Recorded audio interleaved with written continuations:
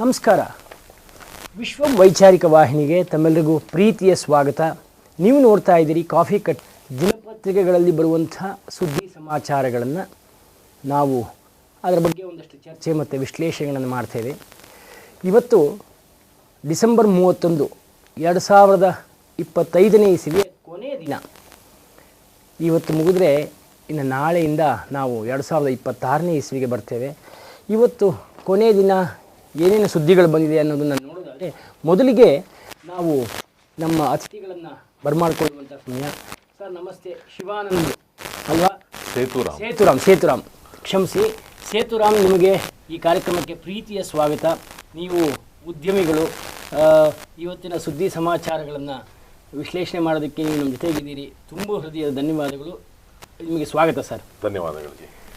ನಮ್ಮ ಇನ್ನೊಬ್ಬ ನನ್ನ ಸಹೋದ್ಯೋಗಿ ರೆಡ್ಡಿ, ಬ್ರಹ್ಮಾನಂದ ರೆಡ್ಡಿ ಅವರು ಜೊತೆಗಿದ್ದಾರೆ. ಹಾಗೆ ಡಾಕ್ಟರ್ ರವಿ ಕೂಡ ನಮ್ಮ ಜೊತೆಗಿದ್ದಾರೆ. ನಿಮಗೂ ಎಲ್ರಿಗೂ ಈ ಕಾರ್ಯಕ್ರಮಕ್ಕೆ ಸ್ವಾಗತ. ಮೊದಲು ಒಂದು ಮುಂಜಾನೆ ಮಾತಿನಿಂದ ಶುರು ಮಾಡೋದಾದರೆ, ವಿಜಯವಾಣಿನಲ್ಲಿ ಒಂದು ಮುಂಜಾನೆ ಮಾತಿದೆ. ಎಂದಿಗೂ ಸಂಭವಿಸಲು ಸಾಧ್ಯವಿಲ್ಲದ ಸಂಗತಿಗಳ ಕುರಿತೇ ನಮ್ಮ ಬಹುಪಾಲು ಯೋಜನೆಗಳಿರ್ತವೆ. ಚಿಂತನೆ ವಸ್ತುನಿಷ್ಠವಾಗಿದೆ ಅಂತ. ಎಷ್ಟು ಒಳ್ಳೆ ಮಾತಲ್ಲ. ನಮ್ಗೆ ಯಾವುದೇ ಯೋಜನೆಗಳು ನಮ್ಗೆ ಜಾರಿಗೆ ಬರದೇ ಇರೋದ್ರ ಬಗ್ಗೆನೇ ನಾವು ಹೆಚ್ಚು ತಲೆ ಕೆಡಿಸ್ಕೊಂಡು ನಮ್ಮ ಜೀವನ ನಡೆಸ್ತಾ ಇರ್ತೀವಿ.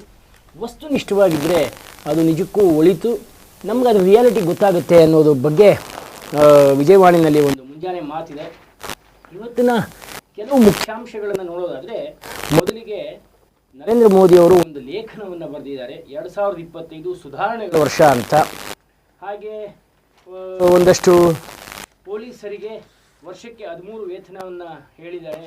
ನಿನ್ನೆ ವೈಕುಂಠ ಏಕಾದಶಿ ದಿವಸ ನಾಡಿನಾದ್ಯಂತ ಧನುರ್ಮಾಸದ ಪವಿತ್ರ ವೈಕುಂಠ ಏಕಾದಶಿ ಸಂಭ್ರಮ ಮನೆ ಮಾಡಿತ್ತು. ಮುಂಜಾನೆಯಿಂದಲೇ ವೆಂಕಟೇಶ್ವರನ ದರ್ಶನ ಪಡೆಯೋದಕ್ಕೆ ದೇವಾಲಯಗಳ ಮುಂದೆ ಭಕ್ತರ ದಂಡೇ ಹರಿದಿತ್ತು. ಒಂದು ಹಬ್ಬದ ವಾತಾವರಣ ಇತ್ತು ಅಂತ ಒಂದಷ್ಟು ಅದರ ಬಗ್ಗೆ, ವೈಕುಂಠ ಏಕಾದಶಿ ಬಗ್ಗೆ ಸುದ್ದಿಗಳು ಬಂದಿದೆ.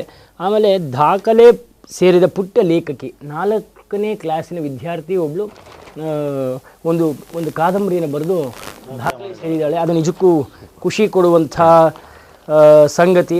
ಹೊಸ ವರ್ಷ ಸ್ವಾಗತಕ್ಕೆ ಬೆಂಗಳೂರು ಸಜ್ಜಾಗ್ತಾ ಇದೆಯಂತೆ. ಹೊಸ ಬೇರೆ ಇನ್ನು ಯಾವ ಅಂಶಗಳಿದೆ, ಮುಖ್ಯಾಂಶಗಳು? ಭಾರತ ಈಗ ವಿಶ್ವದ 4ನೇ ಅತಿ ದೊಡ್ಡ ಆರ್ಥಿಕತೆ.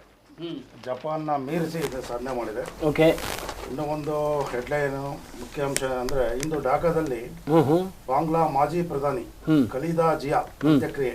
ಅಲ್ಲಿ ನಮ್ಮ ಸಚಿವ ಜಯಶಂಕರ್ ಅವರು ಭಾಗಿಯಾಗ್ತಿದ್ದಾರೆ. ಆ ನಂತರ 23ನೇ ಚಿತ್ರಸಂತೆ ನಡೀತಾ ಇದೆ. 1500 ಕಲಾವಿದರು ಭಾಗಿಯಾಗ್ತಿದ್ದಾರೆ. ಅದು ಒಂದು. ಆ ನಂತರ ದಾವಣಗೆರೆಯಲ್ಲಿ ಒಬ್ಬ ಭೂಪ ಪಾರ್ಕ್ ಜಾಗದಲ್ಲಿ ಅಪಾರ್ಟ್ಮೆಂಟ್ ಕಟ್ಟಿದ್ದಾನೆ. ಅಯ್ಯೋಯ್ಯಪ್ಪ. ಅಲ್ಲಿ 16 ಮನೆ ಬಾಡಿಗೆ ಕೊಟ್ಟಿದ್ದಂತ ಡೆಮಾಲಿಷ್ ಮಾಡಿದ್ದಾರೆ. ಅವನಿಗೆ ಎಷ್ಟು ಧೈರ್ಯ ಇರಬೇಕು ರವಿ. ಯಾವ್ದಾದ್ರು ಮುಖ್ಯಾಂಶಗಳು? ನಿನ್ನೆ ವೈಕುಂಠ ಏಕಾದಶಿನಲ್ಲಿ ವೆಂಕಟೇಶ್ವರ ದೇವಗಳಿಗೆ ಲಕ್ಷಾಂತರ ಜನ ಭಕ್ತರು ಭೇಟಿ ಮಾಡಿದ್ದಾರೆ. ಬೆಳಗ್ಗೆ 3 ಗಂಟೆಯಿಂದನೇ ಇದು ಮಾಡಿದೆ. ಆಮೇಲೆ ಕುವೆಂಪು ಅವರಿಗೆ ಭಾರತ ರತ್ನ ಪ್ರಶಸ್ತಿ ನೀಡಿ ಅಂತೇಳಿ ಬಸವ ರಾಮಾನಂದ ಸ್ವಾಮೀಜಿಯವರು ಆಗ್ರಹ ಮಾಡಿದ್ದಾರೆ. ಸೊ ಅದನ್ನು ಹೊರತುಪಡಿಸಿದ್ರೆ ಮೆಟ್ರೋ ಹಸಿರು ಮಾರ್ಗಕ್ಕೆ 21 ಹೊಸ ರೈಲುಗಳು ಕೂಡ ಸೇರ್ಪಡೆ ಆಗ್ತಾ ಇದ್ದಾವೆ. ಇದರಿಂದ ಒಳ್ಳೊಳ್ಳೆ ಕೆಲಸಗಳಾಗ್ತಾ ಇದೆ. ಸೊ ಅದು ಬಿಟ್ಟರೆ ಕನ್ಯಾಕುಮಾರಿಗೆ ನಮ್ಮ ರಾಜಾಜಿನಗರದ MLA ಸುರೇಶ್ ಅವರು 702 ಕಿಲೋಮೀಟರ್ ದೂರನ ಸೈಕಲ್ನಲ್ಲಿ ಕ್ರಮಿಸಿದ್ದಾರೆ. ಓಹೋ, ನಿಜವಾಗ್ಲೂ ಒಂದು ಇದು. ಇನ್ನೊಂದು, ರೈಲು ಟಿಕೆಟ್ಗೆ ಒಂದು 3% ರಿಯಾಯಿತಿಯನ್ನು ಕೊಡ್ತಾರೆ. ಅದರೊಂದು ರೈಲ್ ಒನ್ ಆ್ಯಪ್ ಅಂತ ಏನೋ ಡೌನ್ಲೋಡ್ ಮಾಡಿಕೊಂಡ್ರೆ, ಅಂದರೆ ಹೆಚ್ಚು ಡಿಜಿಟಲೀಕರಣ ಆಗಲಿ, ಹೆಚ್ಚು ನಗದನ್ನು ಬಳಸದಲ್ಲೇ ಎಲ್ಲ ಡಿಜಿಟಲ್ ಯುಗ ಆಗಿದ್ದರಿಂದ ಒಂದು ಆ್ಯಪನ್ನು ಬಳಸಿ ಅದಕ್ಕೆ ಒಂದು 3% ರಿಯಾಯಿತಿ ಕೊಡ್ತಾರೆ ಅಂತ. ಕ್ಯಾಶ್ಲೆಸ್ ಅದಕ್ಕೆ ಹೇಳಿದ್ದೀವಿ. ಮೊದಲ ಸುದ್ದಿಯನ್ನು ನಾವು ನೋಡಿ, ಕೋಗಿಲು ಡೆಮಾಲೇಷನ್ಸ್ ಸ್ಥಳೀಯ ಅರ್ಹರಿಗೆ ಮಾತ್ರ ಅನ್ನೋ ಒಂದು ಹೇಳಿಕೆ ಇದೆ. ಕೇರಳದವರು ಹೇಳಿದ ಕ್ಷಣ ಒತ್ತುವರಿಗೆ ಅವಕಾಶವಿಲ್ಲ ಅನ್ನೋದು ಕೂಡ ಹೇಳಿದ್ದಾರೆ. ಸೊ ಇದು ಯಾವ ರೀತಿ ಇದೆ ಅಂತ ಅಂದರೆ, ನೋಡಿ, ಇದು ಫಟಾಫಟ್ ಅಂತ ನಡೀತಾ ಇರ್ತಕ್ಕಂಥ ಒಂದು ವಿದ್ಯಮಾನ. ಆದರೆ ಫಟಾಫಟ್ ಅಂತ ನಡೀತಾ ಇದೆ. ಆದರೆ ನೋಡಿ, ಹಿಂದೆ ಕೃಷ್ಣ ಮೇಲ್ದಂಡೆ ಯೋಜನೆಯಿಂದ ನೊಂದಿರ್ತಕ್ಕಂಥ ರೈತರಿಗೆ ಇದುವರೆಗೂ ಪರಿಹಾರ ಸಿಕ್ಕಿಲ್ಲ. ಕೃಷ್ಣ ರಿವರು ಓವರ್ಫ್ಲೋಡ್ ಆದಾಗ ಮನೆ ಕಳ್ಕೊಂಡ್ರು ಸಿಕ್ಕಿಲ್ಲ. ಇದು ನಮ್ಮ ಮಡಿಕೇರಿನಲ್ಲಿ ಅಷ್ಟು ಭೂಕುಸಿತ ಆಯಿತು, ಮನೆಯೆಲ್ಲ ಯಾವ ಪರಿಹಾರ ಈಗಲೂ ಕೂಡ ನಿನ್ನೆ ಒಂದು ವಾಹಿನಿ ನೋಡ್ತಾ ಇದ್ದೆ, ಈಗಲೂ ಕೂಡ ಅವರು ಟೆಂಟ್ಗಳನ್ನು ಹಾಕೊಂಡು ವಾಸ ಮಾಡ್ತಾ ಇದ್ದಾರೆ. ಇವ್ರಿಗೆ ಯಾರಿಗೂ ಇಲ್ಲದೆ ಇರೋದ ಕಾಳಜಿ ಇಲ್ಲೇನು ಬಂತು? ಹೌದು ಹೌದು. ಹಾಗಿದ್ರೆ ನೀವು ಕಣ್ಗೊಂದು ಬೆಣ್ಣೆ, ಒಂದು ಕಣ್ಣು ಸುಣ್ಣ, ಒಂದು ಕಣ್ಣು ಬೆಣ್ಣೆ ಥರ ಮಾಡ್ತಾ ಇದ್ದೀರಾ? ಯಾವ ಉದ್ದೇಶಕ್ಕೋಸ್ಕರ ನೀವು ಈ ಥರ ಮಾಡ್ತಾ ಇದ್ದೀರಿ? ಹೋಗ್ಲಿ, ಇಲ್ಲಿ ಯಾರು ಸ್ವತಂತ್ರ ಹೋರಾಟಗಾರರು ಇದ್ರ? ಇಲ್ಲಿ ದೇಶಕ್ಕೋಸ್ಕರ ಪ್ರಾಣತ್ಯಾಗ ಮಾಡಿರ್ತಕ್ಕಂಥ ಫ್ಯಾಮಿಲಿಗಳಿದ್ವ? ಇಲ್ಲಿ ನಿರಾಶ್ರಿತರು ಅಂದರೆ ಇರ್ತಾರೆ, ಇಲ್ಲ ಅಂತ ಹೇಳಲ್ಲ ನಾವು. ಆದರೆ ಅವರು ಸರಿಯಾದ ಜಾಗದಲ್ಲಿ ಮನೆ ಕಟ್ಟಿಸ್ಕೊಂಡಿದ್ದಿದ್ರೆ ಇದ್ಯಾಕೆ ಇಲ್ವಾ ಆಗ್ತಿತ್ತು? ಆದರೆ ಇದು ಎಲ್ಲ ಒಂದು ಕಡೆ ಅಕ್ರಮ ವಲಸಿಗರನ್ನ ಸಕ್ರಮ ಮಾಡೋ ಒಂದು ಯೋಜನೆನಾ ಇದು? ಹೌದು. ಅದಕ್ಕಿಂತ ಇನ್ನೊಂದು ಸಾಲಲ್ಲಿ ಸ್ಪಷ್ಟಪಡಿಸೋದಾದ್ರೆ ಓಲೈಕೆ ರಾಜಕಾರಣ. ಹೌದು. ಕೇರಳದವರು ಏನೋ ಮುಖ್ಯಮಂತ್ರಿ ಏನೋ ಹೇಳಿದ್ರು, ಮತ್ತೆ ಅವರಿಗೆ ರಿಯಾಕ್ಷನ್ ಕೊಡ್ತಾ ಇದ್ದಾರೆ. ಅಪಾರ್ಟ್ಮೆಂಟ್ ನಾವು ಫ್ರೀ ಆಗಿ ಕೊಡ್ತಾ ಇದೀವಿ ಸ್ಟೇಟ್ಮೆಂಟ್ ಕೊಟ್ಟಿದ್ದಾರೆ. ನನಗೆ ಆಲೋಚನೆ ಆಗ್ತಾ ಇರೋದೇನಂದ್ರೆ, ಪಾಪ ನಿಜವಾಗಿಯೂ ರೈತರಿಗೆ ಒಂದಷ್ಟು ಪರಿಹಾರಗಳನ್ನ ಇದುವರೆಗೂ ನೀಡೇ ಇಲ್ಲ. ಎಲ್ಲಿಯವರು ಅನ್ನೋದೇ ಪತ್ತೆ ಆಗಿಲ್ಲ ಇನ್ನು. ಆದ್ರೆ ಇವರು ಏಕಾಏಕಿ ಯಾಕೆ ಇಷ್ಟೊಂದು ಕೆಲಸಗಳನ್ನ ಮಾಡ್ತಾ ಇದ್ದಾರೆ? ಯಾರು ಹೊಸ ವರ್ಷಕ್ಕೆ ಆಗ್ಬೇಕು, ನೀವೆಲ್ಲ ಈಗಲೇ ಹೋಗ್ಬೇಕು. ಹೌದು. ಅಲ್ಲ, ಇವರು ಸ್ಟೇಟ್ಮೆಂಟ್ ಕೊಡ್ತಾ ಇದಾರಲ್ಲ ಸರ್, ಇವ್ರ ಹತ್ರ ಆಧಾರ್ ಕಾರ್ಡ್ ಇದೆ ಅಂತ ಬಂದಿರೋ ಹೊರಗಡೆಯಿಂದ. ಇದು ಇನ್ನೂ ಒಂದು ಗುಮಾನಿ ಏನಿದೆ, ಬಾಂಗ್ಲಾದ ಪ್ರಜೆಗಳಿದ್ದಾರೆ ಅಂತ. ಹೌದು, ಈ ಕಾಲೋನಿನಲ್ಲಿ ಬಾಂಗ್ಲಾ ಪ್ರಜೆಗಳು ಇದ್ದಾರೆ ಅಂತ. ಹೇಳಿ ಸರ್. ಅಷ್ಟೇ ಅಲ್ಲ, ಬಾಂಗ್ಲಾದೇಶದವರು ಮೊನ್ನೆ ಒಂದು ಆಟೋದವನು ವಿಡಿಯೋ ಮಾಡಿಬಿಟ್ಟಿದ್ದಾನೆ. ಇದು ನಮ್ಮದೇ ದೇಶ, ಯಾರು ಏನು ಮಾಡ್ತೀರಾ ಮಾಡಿ ಅಂತ ಹೇಳಿ. ಅವನ ಹತ್ರ ಒಂದು ಇಲ್ಲಿದ ಡ್ರೈವಿಂಗ್ ಲೈಸೆನ್ಸ್ ಇಲ್ಲ, ಇಲ್ಲಿದ ಆಧಾರ್ ಕಾರ್ಡ್ ಇಲ್ಲ. ಇಲ್ಲಿ ಬಂದು ಆಟೋ ಓಡಿಸ್ಕೊಂಡು ಇಲ್ಲಿ ಜೀವನ ಮಾಡಿಕೊಂಡು ಮತ್ತೆ ಇಲ್ಲಿ ಜನಕ್ಕೆ ಬೆದರಿಕೆ ಹಾಕ್ಕೊಂಡು ಜೀವನ ಮಾಡ್ತಾ ಇದ್ದಾರೆ. ಈಗ ನಾವು ಅವ್ರು ಹೆದರ್ಕೊಂಡು ಜೀವನ ಮಾಡುವಂಥ ಪರಿಸ್ಥಿತಿ ನಮಗೆ ಬರುವಂಥ ಪರಿಸ್ಥಿತಿ ಬಂದ್ಬಿಟ್ಟಿದೆ. ಸೊ ಹಾಗಾಗಿ ಸರ್ಕಾರ ಇದ್ರ ಬಗ್ಗೆ ನಾವು ನೋಡಿ, ಬೇರೆ ವಿದೇಶಕ್ಕೆ ಏನಾದ್ರು ಹೋಯ್ತಂದ್ರೆ ನಾವು ಅಲ್ಲಿ ಒಂದು ದಿವಸ ನಮ್ಮ ವೀಸಾ ಎಕ್ಸ್ಪೈರ್ ಆಯ್ತಂದ್ರೆ ನಮ್ಮಲ್ಲಿಗೆ ಗಲ್ಲು ಶಿಕ್ಷೆ, ಈ ಥರದ ಅನೇಕ ಎನ್ಕ್ವೈರೀಸ್ ಆಗುತ್ತೆ. ಇಲ್ಲಿ ಯಾರು ಬೇಕಾದರೂ ಬರ್ಬೋದು, ಎಷ್ಟು ದಿನನಾರು ಇರ್ಬೋದು. ಇಲ್ಲಿಯವ್ರಿಗೆ ಹೊಡೆದು ಹೋದ್ರು ಕೂಡ ಕೇಳೋದೇ ಇರುವಂಥ ಪರಿಸ್ಥಿತಿ ನಮ್ಮಲ್ಲಿದೆ. ಅದೇ ಡ್ರೈವರ್ ಏನು ಮಾಡಿದ್ದಾನೆ, ವಿಡಿಯೋ ಕಾಲ್ನ ಬಾಂಗ್ಲಾದೇಶಕ್ಕೆ ಮಾಡಿದ್ದಾನೆ. ಮಾಡಿಬಿಟ್ಟು ಇಲ್ಲಿ ನಾವೆಲ್ಲ ಆರಾಮಾಗಿದ್ದೀವಿ, ನೀವು ಬಂದಿಲ್ಲ ಡ್ರೈವಿಂಗ್ ಮಾಡ್ಬೋದು ಆಟೋ. ಅವನ ಹತ್ರ ಒರಿಜಿನಲ್ ಆಟೋಗೆ ಡಾಕ್ಯುಮೆಂಟೇಶನ್ ಇಲ್ಲ, ಅವನು ಲೀಗಲ್ ಆಗೇ ಇಲ್ಲ ಅವನು. ಫಸ್ಟ್ ಆಫ್ ಆಲ್ ಅಂಥವನು ನಿರ್ಭಯವಾಗಿ ಬಾಂಗ್ಲಾದೇಶಕ್ಕೆ ಫೋನ್ ಮಾಡಿ, ನೀವು ಬನ್ನಿ ಇಲ್ಲಿ ಆಟೋ ಚಾಲನೆ ಮಾಡಿ ಜೀವನ ಕಟ್ಕೊಳ್ಳಿ ಅಂತ ಒಂದು ಕಾಲ್ಫರ್ ಮಾಡಿ. ನಮ್ಮ ಸರ್ಕಾರಗಳು ಏನು ಮಾಡ್ತಿವೆ, ಕೇಂದ್ರ ಸರ್ಕಾರ ಆಗಿರ್ಬೋದು ಅಥವಾ ನಮ್ಮ ರಾಜ್ಯ ಸರ್ಕಾರ ಆಗಿರ್ಬೋದು, ಇದ್ರ ಬಗ್ಗೆ ಯಾವ ಕಟ್ಟುನಿಟ್ಟಿನ ಕ್ರಮ ತೆಗೆದುಕೊಳ್ತಾ ಇಲ್ಲ. ಇದ್ರ ಬಗ್ಗೆ ಯಾರೂ ಯೋಚನೆ ಮಾಡ್ತಿಲ್ಲ. ನಾಳೆ ಅವನು ಒಂದು ಕ್ರೈಮ್ ಮಾಡಿದಾಗ ಅವನು ಯಾವ ರೀತಿ ಅಂತ ಹಿಡಿತೀರಿ, ಎಲ್ಲಿ ಅವನಂತ ಹಿಡಿತೀರಿ, ಅವನಿಗೆ ಹೆಂಗೆ ಮೂಲ ಪತ್ತೆ ಹಚ್ಚಕ್ಕೆ ಸಾಧ್ಯ? ಸರಿ, ಅದಷ್ಟೇ ಅಲ್ಲ, ನೀವು ಮಡಿಕೇರಿ ಅಲ್ಲೆಲ್ಲ ಕಾಫಿ ಎಸ್ಟೇಟಿಗೆ ಹೋದ್ರೆ ಇವಾಗ ಅಲ್ಲಿ ಮೂಲ ಕೆಲಸ ಮಾಡೋರೆಲ್ಲ ಬಾಂಗ್ಲಾದವರೇ. ಹೌದು, ಅವ್ರು ಕೇಳಿದ್ರೆ ನಾವು ಅಸ್ಸಾಮೀಸ್ ಅಂತ ಹೇಳ್ತಾರೆ. ಹೌದು, ನಾನು ಪಶ್ಚಿಮ ಬಂಗಾಳದಿಂದ ಬಂದಿದ್ದೀನಿ ಅಂತ ಹೇಳ್ತಾರೆ. ಅವ್ರ ಮೂಲ ಹುಡುಕ್ತಾ ನೋಡ್ತಂದ್ರೆ ಅವರೆಲ್ಲ ಬಾಂಗ್ಲಾದೇಶಿ ಪ್ರಜೆಗಳೇ. ಮುಂದೊಂದು ದಿನ, ಈಗಾಗಲೇ ನಾವು ಕರ್ನಾಟಕದ ವಿಷಯ ತಗೊಳ್ಳೋದಾದ್ರೆ ನಾವು ಅನೇಕ ಗಡಿ ಭಾಗಗಳನ್ನ ನಾವು ಕಳ್ಕೊಂಡ್ಬಿಟ್ಟಿದೀವಿ. ಇದೇ ತರ ಮುಂದುವರೆದಾದ್ರೆ ಇನ್ನು ಮಡಿಕೇರಿನೂ ಕೂಡ ಕ್ರಮೇಣ ಆಕ್ರಮಿಸ್ಕೊಳ್ತಾ ಅದು ಕರ್ನಾಟಕದಿಂದ ಹೊರತಾಗಿ ಉಳ್ಕೊಂಡ್ಬಿಡುತ್ತೇನೋ ಅನ್ನೋ ಭಯನೂ ಕೂಡ ಇದೆ. ಈ ತರದೆಲ್ಲ ಈ ಸಂದರ್ಭದಲ್ಲಿ ಸರ್ ನನ್ನ ಒಂದು ಚಿಂತನೆ ಏನು ಅಂತ ಅಂದರೆ, ದೇಶ ವಿಚಾರ ಬಂದಾಗ, ದೇಶದ ಬಗ್ಗೆ ಇದ್ದಾಗ, ಇಂಥ ದೇಶದ ಕೆಲಸಗಳಾಗಬೇಕು ಅಂದಾಗ ನೀವೆಲ್ಲರೂ ದಯವಿಟ್ಟು ಪಕ್ಷಾತೀತವಾಗಿ ಮುನ್ನುಗ್ಗಿ ಕೆಲಸ ಮಾಡಬೇಕಾಗಿದೆ. ಯಾಕಂದ್ರೆ ಒಂದು ದೇಶನ ಮುನ್ನಡೆಸೋರು ನೀವು, ಹೌದು, ಒಂದು ರಾಜ್ಯನ ಮುನ್ನಡೆಸೋರು ನೀವು. ಖಂಡಿತ ನಿಮ್ಮ ಜೀವನ ಪೂರ್ತಿ ಬರೀ ಓಟ್ಗೋಸ್ಕರ ರಾಜಕೀಯ ಮಾಡಬೇಡಿ ದಯವಿಟ್ಟು. ಈ ಮಣ್ಣಿನ ಋಣ ತೀರಿಸುವಂತ ಕೆಲಸ ನಿಮ್ಮಿಂದ ಆಗ್ಬೇಕಾಗಿದೆ. ಹೌದು, ಈ ತಾಯಿನ ಉಳಿಸೋ ಕೆಲಸ ನಿಮ್ಮಿಂದ ಆಗ್ಬೇಕಾಗಿದೆ. ಇದೆಲ್ಲ ಸಾಮಾನ್ಯ ಪ್ರಜೆಗಳು ದಂಗೆ ಹೇಳೋದಕ್ಕಿಂತ ಮುಂಚಿತವಾಗಿ, ಸಾಮಾನ್ಯ ಪ್ರಜೆಗಳು ಮಾತಾಡೋದಕ್ಕೆ ಪ್ರಾರಂಭ ಮಾಡೋದಕ್ಕಿಂತ ಮುಂಚಿತವಾಗಿ ನೀವು ದಯವಿಟ್ಟು ಈ ವಿಚಾರನ ರಾಷ್ಟ್ರ ಮಟ್ಟದಲ್ಲೂ ಕೂಡ ಚರ್ಚೆ ಆಗಬೇಕಾಗಿದೆ. ಇದಕ್ಕೆ ಕಠಿಣವಾದ ನಿರ್ದಾಕ್ಷಿಣ್ಯ ಕ್ರಮಗಳನ್ನ ಇವರು ತಗೊಂಡೇ ಇಲ್ಲ ಅಂದ ಪಕ್ಷದಲ್ಲಿ ನಮ್ಮ ದೇಶ ನಿಜಕ್ಕೂ ನಾವೇ ಇಲ್ಲಿ ಪರಕೀಯರಾಗಿ ಕಾಲ ಕಳಿಬೇಕಾಗತ್ತೆ. ಬರಬೇಕು, ಅದಕ್ಕೆ ಪಕ್ಷಾತೀತವಾಗಿರ್ಬೇಕಿದು. ದೇಶ ಸುಭಿಕ್ಷವಾಗಿದ್ರೆ ನೀನು ರಾಜಕೀಯ ಮಾಡ್ತೀಯ.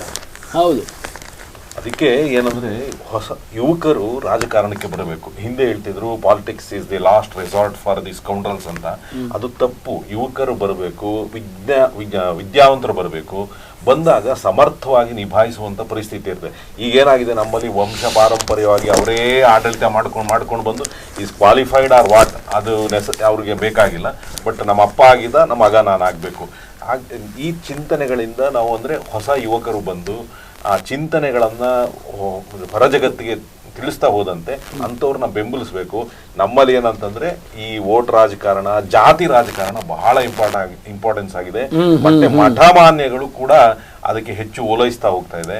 ಸೊ ಅದನ್ನ ಸ್ವಲ್ಪ ಸುಧಾರಣೆ ಮಾಡಿಕೊಂಡು ಯುವಕರು ಹೆಚ್ಚು ಬರಬೇಕು.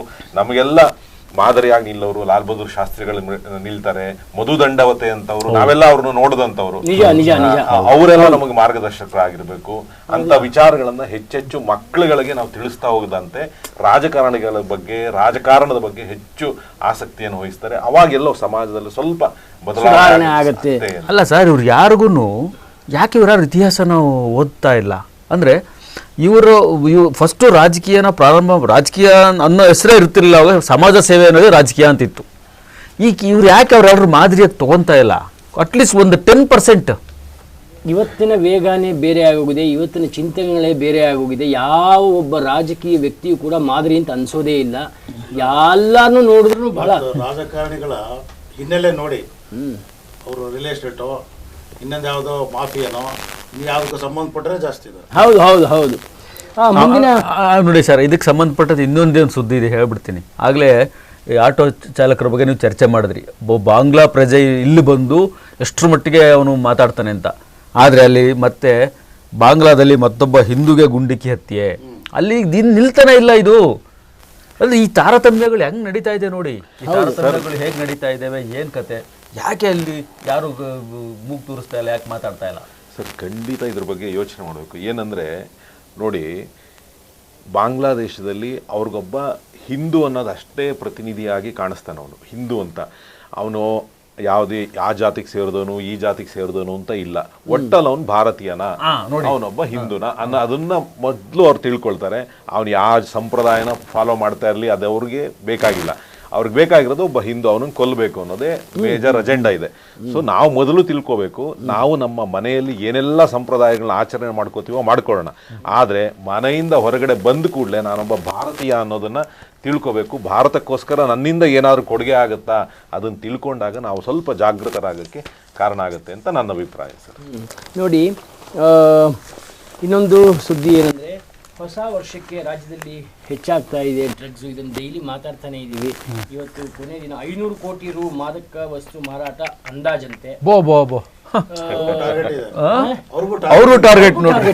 ಏನ್ ಇದು ಎಲ್ಲ ಮೊನ್ನೆ ಪೇಪರ್ ನೋಡ್ತಾ ಇದ್ದಾಗ ಆಶ್ಚರ್ಯ ಆಗೋಯ್ತು ಸರ್. ಯಾರು ಕುಡಿದು ಬಿದ್ರೆ ಅವ್ರನ್ನ ಕರ್ಕೊಂಡೋಗಿ ಮನೆ ಬಿಟ್ಟು ಗೃಹ ಸಚಿವರು ಹೇಳ್ತಾ ಇದಾರೆ ಅಂದ್ರೆ ಯಾವ ಮಟ್ಟಕ್ಕೆ ಇವರು 6 ಗಂಟೆಗೆ ಬಾರ್ ಓಪನ್ ಮಾಡ್ತಾರಂತೆ. ಆಮೇಲೆ ಯಾರನ್ನ ಪಾಪ ಕುಡಿದು ಬಿದ್ರೆ ಪಾಪ ಇವರು ಅದಕ್ಕೆ ಆಂಬುಲೆನ್ಸ್ ಇರುತ್ತೆ,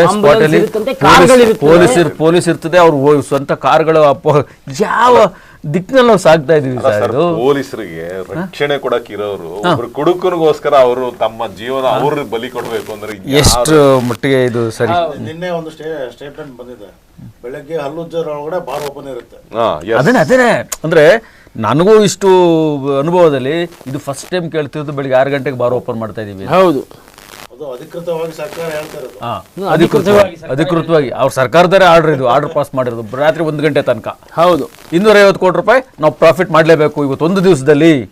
ಅಬಕಾರಿ ಇಲಾಖೆಯಿಂದ 250 ಕೋಟಿ ರೂಪಾಯಿ ಇವತ್ತೊಂದು ದಿವಸ ಮಾಡಬೇಕು. ಎಂಥ ದುರಂತ ಇವೆಲ್ಲ. ಸರ್, ಇಂಥ ದುರಂತಗಳ ನಡುವೆ ಒಂದು ಖುಷಿ ವಿಚಾರ ಇದೆ. ಹೇಳಿ ಸರ್. ಒಂದೇ ಭಾರತ್ ರೈಲ್ ಎಕ್ಸ್ಪ್ರೆಸ್ ಅದು ಈಗ ಟೆಸ್ಟ್ ಮಾಡಿದ್ರೆ ಸ್ಪೀಡ್ನ ಇನ್ನೊಮ್ಮೆ ಹೊಸ ಅವತರಣಿಕೆಯಲ್ಲಿ 180 ಕಿಲೋಮೀಟರ್ ವೇಗದಲ್ಲಿ ಸಂಚರಿಸಿದೆ.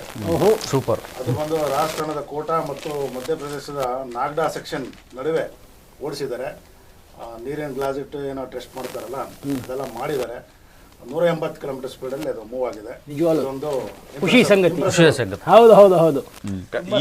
ಈ ಎಲ್ಲ ಕಾರಣಕ್ಕೆ ನೋಡಿ, ಜಪಾನ್ ಹಿಂದಿಕ್ಕಿದ ಭಾರತ ಅಂತ ಕೂಡ ಇದೆ ಇವತ್ತಿನ GDP ನಲ್ಲಿ. ನೋಡಿ, ಅಮೇರಿಕಾದಂತಹ ರಾಷ್ಟ್ರ ನಮ್ಮ ದೇಶದ ಮೇಲೆ ಒತ್ತಡವನ್ನು ಹೇರಿ ಸುಂಕವನ್ನು ಹೇರಿದ್ರೂ ಕೂಡ ಭಾರತ ಅದು ಸಮರ್ಥವಾಗಿ ನಿಭಾಯಿಸಿ ಜಪಾನನ್ನ ಹಿಂದಿಕ್ಕಿ ನಾವು GDP ಯಲ್ಲಿ ಮುಂದುವರಿತಾ ಇದೀವಿ ಅಂತಂದ್ರೆ ಇನ್ನ 2030 ಅಥವಾ ಇನ್ನ 4-5 ವರ್ಷದಲ್ಲಿ ನಾವು ಜಾಗತಿಕ ಮಟ್ಟದಲ್ಲಿ ಮೂರನೇ ಜರ್ಮನಿಯನ್ನು ಕೂಡ ಮೀರಿಸುವಂತಹ ಶಕ್ತಿಯನ್ನ ಸಾಮರ್ಥ್ಯ ಇದೆ ಅಂತ. ಸೊ ಯಾಕೆಂದ್ರೆ ಸಮರ್ಥವಾದ ನಾಯಕ ಇದ್ರೆ ಏನೆಲ್ಲ ಸಾಧಿಸ್ಬೋದು ಅನ್ನೋದಕ್ಕೂ ಇದೊಂದು ಒಳ್ಳೆ ವಿಚಾರ. ಅಂದ್ರೆ ಈ ಸರ್ ಹೇಳಿದಾಗೇನೆ ನೋಡಿ, ಅದು ನಮ್ಗೆ ಆ ಕಲ್ಪನೆನೇ ಇಲ್ಲ. ಒಂದೇ ಭಾರತ 180 ಕಿಲೋಮೀಟರ್ ಸ್ಪೀಡ್ ಕಲ್ಪನೆನೂ ಕೂಡ ಹೌದು ಹೌದು. ಆದಷ್ಟು ಬೇಗ ಬುಲೆಟ್ ಟ್ರೈನ್ ಒಂದಾದ್ರೆ ಅದೊಂದು ಮೈಲಿಗಲ್ಲು, ಅದೊಂದು ಒಳ್ಳೆ ಹೆಜ್ಜೆ ಅದು ಖಂಡಿತ. ಇನ್ನೊಂದು ವಿಷಯ, ದಾಖಲೆ ಸೇರಿದ ಪುಟ್ಟ ಲೇಖಕಿ ಈ ಹುಡುಗಿ ಸಣ್ಣ ವಯಸ್ಸಿನ ಬರವಣಿಗೆ ರೂಢಿಸ್ಕೊಂಡಿತ್ತು. 9ನೇ ವಯಸ್ಸಿಗೆ ಟೈಮ್ಸ್ ಬೈ ಪರಿ ಪುಸ್ತಕವನ್ನು ಬರೆದು ಹೆಸರು ಮಾಡಿರೋ ಬೆಂಗಳೂರಿನ ಪುಟ್ಟ ಲೇಖಕಿ ಬಿ ಪರಿಣಿತಾ ಪ್ರತಿಷ್ಠಿತ ಇಂಡಿಯಾ ಬುಕ್ ಆಫ್ ರೆಕಾರ್ಡ್ಸ್ ಗೌರವಕ್ಕೆ ಪಾತ್ರರಾಗಿದ್ದಾಳಂತೆ. ಬಸವನಗುಡಿಯ NEP ಪಬ್ಲಿಕ್ ಶಾಲೆಯಲ್ಲಿ 4ನೇ ತರಗತಿ ಓದ್ತಾ ಇರೋ ಪರಿಣಿತಾ ಅದೊಂದು ಪುಸ್ತಕ ಬರೆದು ದಾಖಲೆ ಮಾಡಿದ್ದಾಳೆ. ಅದು ನಿಜಕ್ಕೂ ಖುಷಿ ತರುವಂತಹ ವಿಷಯ. ಖಂಡಿತ ಖಂಡಿತ. ನೋಡಿ, ಬೇರೆ ವಿಚಾರ ಏನಂತಂದ್ರೆ ಇದು ನನಗೆ ಇದು ಎಂತ ಯುವಕರಿಗೆ ಒಂದು ನಾಚಿಸುವಂತ ಒಂದು ಸುದ್ದಿ. ಆಗ್ಲೇ ನಾನು ಹೇಳಿದಾಗೆ ರಾಜಾಜಿನಗರ MLA ಅವರು ಸುರೇಶ್ ಕುಮಾರ್ ಅವರು ಕಳೆದ ವರ್ಷ ಅವ್ರು ನಡೆದಾಡೋ ಸ್ಥಿತಿಲೂ ಇರಲಿಲ್ಲ, ಅಷ್ಟು ಅನಾರೋಗ್ಯ ಇತ್ತು ಅವರಿಗೆ. ಅನಾರೋಗ್ಯ ಇತ್ತು. ಆಮೇಲೆ ಚೇತರಿಸ್ಕೊಂಡಿದ ನಂತರ ಕನ್ಯಾಕುಮಾರಿಗೆ, ಈಗ ಅವ್ರಿಗೆ 70 ವರ್ಷ ವಯಸ್ಸು, 703 ಕಿಲೋಮೀಟರ್ ಸೈಕಲ್ ಸವಾರಿನ 5 ದಿವಸದಲ್ಲಿ ಹೋಗಿದ್ದಾರೆ. ಇದು ಎಂತವ್ರಿಗೂ ಎಷ್ಟು ಖುಷಿ ಕೊಡುತ್ತೆ ಈ ವಿಚಾರ ಅಂತ ಅಂದ್ರೆ, 70ನೇ ವಯಸ್ಸು ಹೋದ್ರೆ ಉಸ್ಸಪ್ಪ ಅಯ್ಯಪ್ಪ ನನ್ನ ಕೈಲಿ ಆಗಲ್ಲ, ಎದ್ದೇಳಕ್ಕಾಗಲ್ಲ, ನಾನು ಊಟನೂ ಮಾಡೋ ಸ್ಥಿತಿಲಿಲ್ಲ ಅನ್ನೋ ಪರಿಸ್ಥಿತಿಲಿ ಇವರು 5 ದಿವಸದಲ್ಲಿ 700 ಕಿಲೋಮೀಟರ್ನ ಕ್ರಮಿಸಿ ಕನ್ಯಾಕುಮಾರಿಗೆ ಇಲ್ಲಿಂದ ಹೊರಟಿದ್ದಾರೆ. 23ಕ್ಕೆ ಬೆಂಗಳೂರು ಬಿಟ್ಟಿದ್ದಾರೆ, 27ಕ್ಕೆ ತಲುಪಿದ್ದಾರೆ. ನೋಡಿ, ಅದಕ್ಕೆ ನಾವು ಏನು ಹೇಳಿದ್ರೆ, ನಾವು ವಯಸ್ಸನ್ನ ನಮ್ಮ ದೇಹಕ್ಕೆ ಹೇಳೋದಲ್ಲ, ಮನಸ್ಸು ವಯಸ್ಸಾಗಬಾರ್ದು. ಕರೆಕ್ಟ್. ಮನಸ್ಸು ಯಾವಾಗಲೂ ವಯಸ್ಸಾದ್ರೆ ನಾವು ಇಲ್ಲಿಂದ ಅಲ್ಲಿಗೆ ಹೋಗೋದಕ್ಕೂ ಕಷ್ಟ ಆಗುತ್ತೆ. ಬಹುಶಃ ಏನಂತಂದ್ರೆ, ನಾನು ತಿಳ್ಕೊಂಡಿರೋದು ಏನಂದ್ರೆ, ಈಗ ಜನವರಿಗೆ ವಿವೇಕಾನಂದರ ಜನ್ಮದಿನ ಇದೆ. ಸೊ ಬಹುಶಃ ಕನ್ಯಾಕುಮಾರಿನಲ್ಲಿ ನೋಡಿ 25ನೇ ತಾರೀಕಂದು ಆವತ್ತಿನ ದಿನ ಡಿಸೆಂಬರ್ 25 ಅವತ್ತೇ ಸಂಕಲ್ಪ ಮಾಡಿದ್ದು. ಅದನ್ನ ಕ್ರಿಶ್ಚಿಯನ್ನರು ಅವ್ರದ್ದು ಕ್ರಿಸ್ಮಸ್ ಆಚರಣೆ ಮಾಡ್ತಾರೆ, ನಾವು ಅದನ್ನ ರಾಕ್ ಡೇ ಅಂತ ಕರಿಬೇಕು. ಅವತ್ತೊಂದು ದಿನನೇ ಸಂಕಲ್ಪ ಮಾಡಿ ಸಮುದ್ರಕ್ಕೆ ಹಾರಿ ಅದನ್ನ ಈಜ್ಕೊಂಡು ಹೋಗಿ ದೊಡ್ಡ ಬಂಡೆ ಮೇಲೆ ಏರಿ ಕೂತು ಅವತ್ತು ಸಂಕಲ್ಪ ಮಾಡ್ತಾರೆ, ಭಾರತಕ್ಕೆ ನಾನು ಏನಾದ್ರು ಕೊಡೋದಾದ್ರೆ ಇವತ್ತು ನಾನು ಭಾರತವನ್ನು ಬದಲಾವಣೆ ಮಾಡೇ ನನ್ನ ಜೀವವನ್ನು ನಾನು ತೆರೆದು ಅಂತ ಹೇಳಿ ವಿವೇಕಾನಂದರು ಸಂಕಲ್ಪ ಮಾಡ್ತಾರೆ. ಬಹುಶಃ ಅವರ ಜನ್ಮದಿನ ಆಚರಣೆಯನ್ನ ಬಹುಶಃ ಕನ್ಯಾಕುಮಾರಿನಲ್ಲಿ ಸುರೇಶ್ ಕುಮಾರ್ ಅವರು ಆಚರಣೆ ಮಾಡ್ಕೋಬಹುದು ಅಂತ ನನ್ನ ಅಭಿಪ್ರಾಯ ಇದೆ. ತುಂಬಾ ಸಂತೋಷ. ಸುರೇಶ್ ಕುಮಾರ್ ಅವರ ವಿಚಾರದಲ್ಲಿ ಅವರ ದೈಹಿಕ ಆರೋಗ್ಯಕ್ಕಿಂತ ಮಾನಸಿಕ ಆರೋಗ್ಯ ತುಂಬಾ ಗಟ್ಟಿಯಾಗಿದ್ದಾರೆ. ಚೆನ್ನಾಗಿದೆ. ಇನ್ನೊಂದು ದೆಹಲಿ ವಾರ್ತೆ ಅನ್ನೋ ದೆಹಲಿಯಿಂದ ಪ್ರಕಟವಾಗುವ ಒಂದು ಕನ್ನಡ ದಿನಪತ್ರಿಕೆ ಇದು. ಅದರಲ್ಲಿ ಬಂದಿರುವಂತಹ ಒಂದು ಸುದ್ದಿ, ದೆಹಲಿಯ VIP ಪ್ರದೇಶಗಳಿಗೆ ಸುದರ್ಶನ ಚಕ್ರ ಭದ್ರತಾ ಕವಚವನ್ನು ಮಾರ್ತಾರಂತೆ ಕೇಂದ್ರ ಸರ್ಕಾರ. ವೈಮಾನಿಕ ಸುರಕ್ಷತೆ ಬಲಪಡಿಸುವುದಕ್ಕೆ ಕೇಂದ್ರದ ನಿರ್ಧಾರ ಇದು. ಸಮಗ್ರ ವಾಯು ರಕ್ಷಣಾ ವ್ಯವಸ್ಥೆಗೆ 5181 ಕೋಟಿ ರೂಪಾಯಿ ವೆಚ್ಚದಲ್ಲಿ ದೆಹಲಿ ಸುತ್ತಮುತ್ತಲ ಪ್ರದೇಶ 30 ಕಿಲೋಮೀಟರ್ ವ್ಯಾಪ್ತಿಯಲ್ಲಿ ಸುದರ್ಶನ ಚಕ್ರ ಯೋಜನೆಯಡಿ ಭದ್ರತೆಯನ್ನು ಇವರು ಮಾಡ್ತಾ ಇದ್ದಾರೆ. ಅತಿ ಸಂವೇದನಾಶೀಲ VIP 89 ಪ್ರದೇಶದಲ್ಲಿ ನಿಯೋಜನೆ, ಡ್ರೋನ್, ಲೋಟರಿಂಗ್ ಆಮ್ಯುನೇಷನ್, ಕ್ಷಿಪಣಿಯಂತಹ ಅತ್ಯಾಧುನಿಕ ವೈಮಾನಿಕ ಬೆದರಿಕೆಗಳ ವಿರುದ್ಧ ಬಹು ಹಂತದ ರಕ್ಷಣೆ ನೀಡುತ್ತೆ ಇದು ಅನ್ನೋ ಒಂದು ಸುದ್ದಿಯನ್ನು ದೆಹಲಿ ವಾರ್ತೆ ಪ್ರಕಟಣೆ ಮಾಡಿದೆ. ಒಂದು ಅದು ಆ ಭದ್ರತೆಗಳೆಲ್ಲ ಅದು ಸೆಕ್ಯೂರಿಟಿ ದೃಷ್ಟಿಯಿಂದ ಅವ್ರು ಏನಾದ್ರು ಡಿಸಿಷನ್ ತಗೋತಾರೆ ನಾವು ಒಪ್ಕೊಳ್ಳೇಬೇಕಾಗುತ್ತೆ. ಅದು ಭಾರತದ ದೃಷ್ಟಿನಲ್ಲಿ ಅದು ಆದರೆ ಮುಂದುವರಿಯಲಿ ಅನ್ನೋದು ನಮ್ಮೆಲ್ಲರ ಅಭಿಪ್ರಾಯ ಅಲ್ವಾ. ಇನ್ನೊಂದು ಎಲ್ಲರೂ ಇವತ್ತು 31 ನೈಟು ಡಮಾಲಿ ಡಿಶ್ ಇರ್ತದೆ. ಅದ್ರ ನಡುವೆ ಒಂದು ಸೂಪರ್ ಡೂಪರ್ ಒಂದು ಕಾರ್ಯಕ್ರಮ ನಾಳೆ ಬೆಳಗ್ಗೆ ಇದೆ. ಅಂದ್ರೆ ಇದಕ್ಕೆ GBA ಕೂಡ ಸಾಥ್ ನೀಡಿದೆ. ವಿವಿಧ ಸಂಘಟನೆಗಳು ಸೇರಿ 26 ಕಿಲೋಮೀಟರ್ ಗುಂಪು ನಡಿಗೆಯ ಮೂಲಕ ಹೊಸ ವರ್ಷಾಚರಣೆಗೆ ಪ್ರಾರಂಭ ನಾಂದಿ ಆಡ್ತಾ ಇದ್ದಾರೆ. ವೆಲ್ಕಮ್ ಮಾಡ್ತಾ ಇದ್ದಾರೆ. ನಾಳೆ ಬೆಳಗ್ಗೆ 7 ಗಂಟೆಗೆ RV ಮೆಟ್ರೋ ನಿಲ್ದಾಣದಿಂದ ಇದು ಪ್ರಾರಂಭ ಆಗ್ತಾ ಇದೆ. RV ಮೆಟ್ರೋ ನಿಲ್ದಾಣದಿಂದ ಪ್ರಾರಂಭ ಆಗಿ ಲಾಲ್ಬಾಗು, ಕಬ್ಬನ್ ಪಾರ್ಕು, ಹಲಸೂರು ಕೆರೆ, ಮೇಕ್ರಿ ಸರ್ಕಲ್ಲು, ಯಶವಂತಪುರ ಮಾರ್ಗ ಹೋಗಿ ಸ್ಯಾಂಡಲ್ ಸೋಪ್ ಫ್ಯಾಕ್ಟ್ರಿನ ಇದು ಕೊನೆಗೆ 4 ಗಂಟೆ ಅಷ್ಟೊತ್ತು ತಲುಪುತ್ತೆ. ಸೊ ಇದರಲ್ಲಿ ಟೋಟಲ್ 26 ಕಿಲೋಮೀಟ್ರ್ ನಡಿಗೆ ಆಗುತ್ತೆ. ಇಲ್ಲಿ ಯಾರು ಬೇಕಾದರೂ ಬಂದು ವಾಲಂಟ್ರಿಯಾಗಿ ಸೇರ್ಬೋದು. ಪ್ರತಿ 5 ಕಿಲೋಮೀಟ್ರಿಗೆ ಒಂದು ಸಾರಿ ಅವ್ರಿಗೆ ಬ್ರೇಕ್ ತೊಗೊತಾ ಇದ್ದಾರೆ. ಅಲ್ಲಿ ಕಾಫಿ, ಟೀ, ತಿಂಡಿ ಏನು ವ್ಯವಸ್ಥೆ ಅದು ಮಾಡ್ತಾ ಇದ್ದಾರೆ. ನಿಜಕ್ಕೂ ಇದ್ರ ಬಗ್ಗೆ ತಮ್ಗೇನು ಅನಿಸುತ್ತೆ? ಇಲ್ಲ, ನಿಜವಲ್ಲ, ಖುಷಿ ಅಂದರೆ ಸಂತೋಷದ ವಿಷಯನೇ. ಒಂದು ವರ್ಷಾರಂಭಕ್ಕೆ ಒಂದು ಗುಂಪಾಗಿ ಒಂದು ನಾವೆಲ್ಲರೂ ಒಂದು ಅನ್ನೋ ನಿಟ್ಟಿನಲ್ಲಿ ಇದರಲ್ಲಿ ಮುಖ್ಯವಾಗಿ ಇವರು ಇಟ್ಕೊಂಡಿರೋದು ಒಂದು ಏಮ್ ಅದೇ. ಆ ಏಮ್ ಏನಿಟ್ಟಿದೆ ಆರೋಗ್ಯದ ಬಗ್ಗೆ ಜಾಗೃತಿ ಮೂಡಿಸುವುದಕ್ಕೋಸ್ಕರ ಈ ಒಂದು ಅಡುಗೆ ನಾವು ಇಟ್ಕೊಂಡಿದ್ದೀವಿ. ಒಗ್ಗಟ್ಟು ಅನ್ನೋದೊಂದು ತೋರಿಸುವಂತ ಒಂದು ಪ್ರಕ್ರಿಯೆ. ಹೌದು ಸರ್. ಸೇತುರಾಮ್ ಸರ್, ನೀವು ಯಾವ ಸುದ್ದಿಯನ್ನು ಹೇಳಲಿಕ್ಕೆ ಇಚ್ಛಿಸ್ತೀರಿ? ಸರ್, ಇವತ್ತು ಒಂದೇನಂದ್ರೆ ಮದ್ರಾಸ್ ಅಲ್ಲಿನ ಸರ್ಕಾರ ಒಂದು ಅಂಗೀಕಾರವನ್ನ ದ್ರೌಪದಿ ಮುರ್ಮು ಅವರು ಕಳಿಸಿದ್ರು. ವಿಶ್ವವಿದ್ಯಾನಿಲಯಗಳಿಗೆ ಕುಲಪತಿಗಳನ್ನ ನೇಮಿಸೋದಕ್ಕೆ ನಮಗೆ ಪೂರ್ಣ ಸ್ವಾತಂತ್ರ್ಯವನ್ನು ಕೊಡಬೇಕು ಅಂತ ಹೇಳಿ ಮದ್ರಾಸಿನ ಸರ್ಕಾರ ಕಳಿಸಿತ್ತು. ಆದರೆ ದ್ರೌಪದಿ ಮುರ್ಮು ಅವರು ಅದನ್ನ ರಿಜೆಕ್ಟ್ ಮಾಡಿದ್ದಾರೆ ಅಂತ ಇವತ್ತಿನ ಪತ್ರಿಕೆಯಲ್ಲಿ ಬಂದಿದೆ. ಯಾಕೆಂದ್ರೆ ಅದರ ಕುಲಪತಿಗಳನ್ನ ನೇಮಿಸುವಂತ ಅಧಿಕಾರ ಅಂದ್ರೆ ರಾಷ್ಟ್ರಪತಿಗಳಿಗಿರುತ್ತೆ, ಅಂದ್ರೆ ಇಲ್ಲಿನ ರಾಜ್ಯಪಾಲರಿಗೆ ಅದಿರುತ್ತೆ. ಬಟ್ ಅದನ್ನ ತಿರಸ್ಕಾರ ಮಾಡಿದ್ದಾರೆ. ಯಾಕೆ ಅಂತಂದ್ರೆ ಯಾಕೆಂದ್ರೆ ಪ್ರತಿಯೊಂದು ರಾಜ್ಯವು ಸ್ವಾಯತ್ತತೆನೇ ಇರುತ್ತೆ, ಆದ್ರೆ ಕೂಡ ಯಾವ್ದಾದ್ರು ಒಂದು ಕಂಟ್ರೋಲ್ ಜೊತೆಗಿರ್ಬೇಕು ಅನ್ನೋದು ಕಾರಣಕ್ಕೋಸ್ಕರ ಅದೊಂದು ಅಧಿಕಾರ ಅವರ ಹತ್ರ ಇರುತ್ತೆ, ನೇಮಕ ಮಾಡೋದು. ಹೌದು, ಅದನ್ನ ರಿಜೆಕ್ಟ್ ಮಾಡಿದ್ದಾರೆ ಅಂತ ಹೇಳಿ ಇವತ್ತಿನ ಪತ್ರಿಕೆಯಲ್ಲಿ ಬಂದಿದೆ. ಸೊ ಅದೊಂದು ರೀತಿ ಒಳ್ಳೆ ವಿಚಾರ ಅಂತಾನು ಅನ್ಸುತ್ತೆ. ಯಾಕೆಂದ್ರೆ ಮದ್ರಾಸಲ್ಲಿ ಇತ್ತೀಚೆಗೆ ನಡೀತಾ ಇರೋ ಘಟನೆಗಳು ನೋಡಿದ್ರೆ ಬಹಳ ಶೋಚನೀಯವೂ ಹೌದು, ತುಂಬಾ ಗಂಭೀರವೂ ಹೌದು, ತುಂಬಾ ಹೆದರಿಕೆನೂ ಆಗುವಂತ ಸಂಗತಿನೂ ಇದೆ. ಹೇಗೆ ನಾವೆಲ್ಲ ಮೊದಲು ಬಾಂಗ್ಲಾದೇಶದ ಮಾತಾಡೋದು, ಅಲ್ಲಿ ಇನ್ನೊಂಥರ ವಿಚಾರಗಳು ನಡೀತಾ ಇದೆ. ಹೌದು. ಪ್ರಜಾವಾಣಿನಲ್ಲಿ ಇನ್ನೊಂದು ಸುದ್ದಿ ಬಂದಿದೆ. ಸರ್ಕಾರಕ್ಕೆ ಲೆಕ್ಕಶೀರ್ಷಿಗಳ ಭಾರ. RV ದೇಶಪಾಂಡೆ ಅವರು ಒಂದು ಸಮಿತಿಯ ಮಹತ್ವದ ವರದಿಯನ್ನು ನಮ್ಮ ಮುಖ್ಯಮಂತ್ರಿಗಳಿಗೆ ಕೊಟ್ಟಿದ್ದಾರೆ. ಹಲವಾರು ಯೋಜನೆಗಳು, ಆಲ್ಮೋಸ್ಟ್ ಒಂದು 2800 ಚಿಲ್ಲರೆ ಯೋಜನೆಗಳು ಅದು ನೆನೆಗುದಿಗೆ ಬಿದ್ದಿದ್ವಂತೆ. ಅದನ್ನೆಲ್ಲ ಮತ್ತೆ ಅವರು ಪ್ರಾರಂಭ ಮಾಡೋದಕ್ಕೆ, ಅದನ್ನೆಲ್ಲ ಯಾವುದು ನಿಂತಿತ್ತು ಅದನ್ನೆಲ್ಲ ಪ್ರಾರಂಭ ಮಾಡೋದಕ್ಕೋಸ್ಕರ ಒಂದು ವರದಿಯನ್ನು ಸಲ್ಲಿಸಿದ್ದಾರೆ ಸಿದ್ದರಾಮಯ್ಯನವರಿಗೆ. ಅದು ಎಲ್ಲ ಹೇಗೆ ಅಂದ್ರೆ ಸರ್, ಮನೆಗಿಂತ ಮೆಟ್ಲು ದೊಡ್ಡದಾಯ್ತು ಅಂತ. ಹೌದು.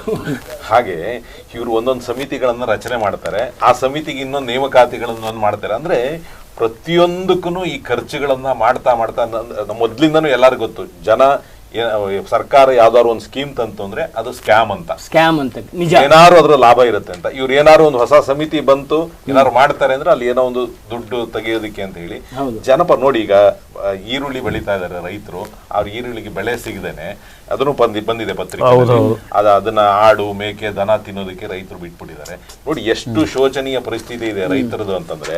ಪಾಪ ಅವ್ರು ಬೆಳೆದಂತ ಯಾವುದಾದ್ರೂ ಒಂದು ವಸ್ತುವಿಗೆ ಪೂರ್ವ ನಿಗದಿ ಇಲ್ಲದೆ ಬೆಳೆಯುವಂತಹ ಬೆಳೆ ಏನಾರು ಇದ್ರೆ ಅದು ರೈತ ಮಾತ್ರ. ನಾವು ಹೆಸರಿಗೆ ಮಾತ್ರ ಜೈ ಜವಾನ್ ಜೈ ಕಿಸಾನ್ ಅಂತ ಹೇಳ್ತೀವಿ,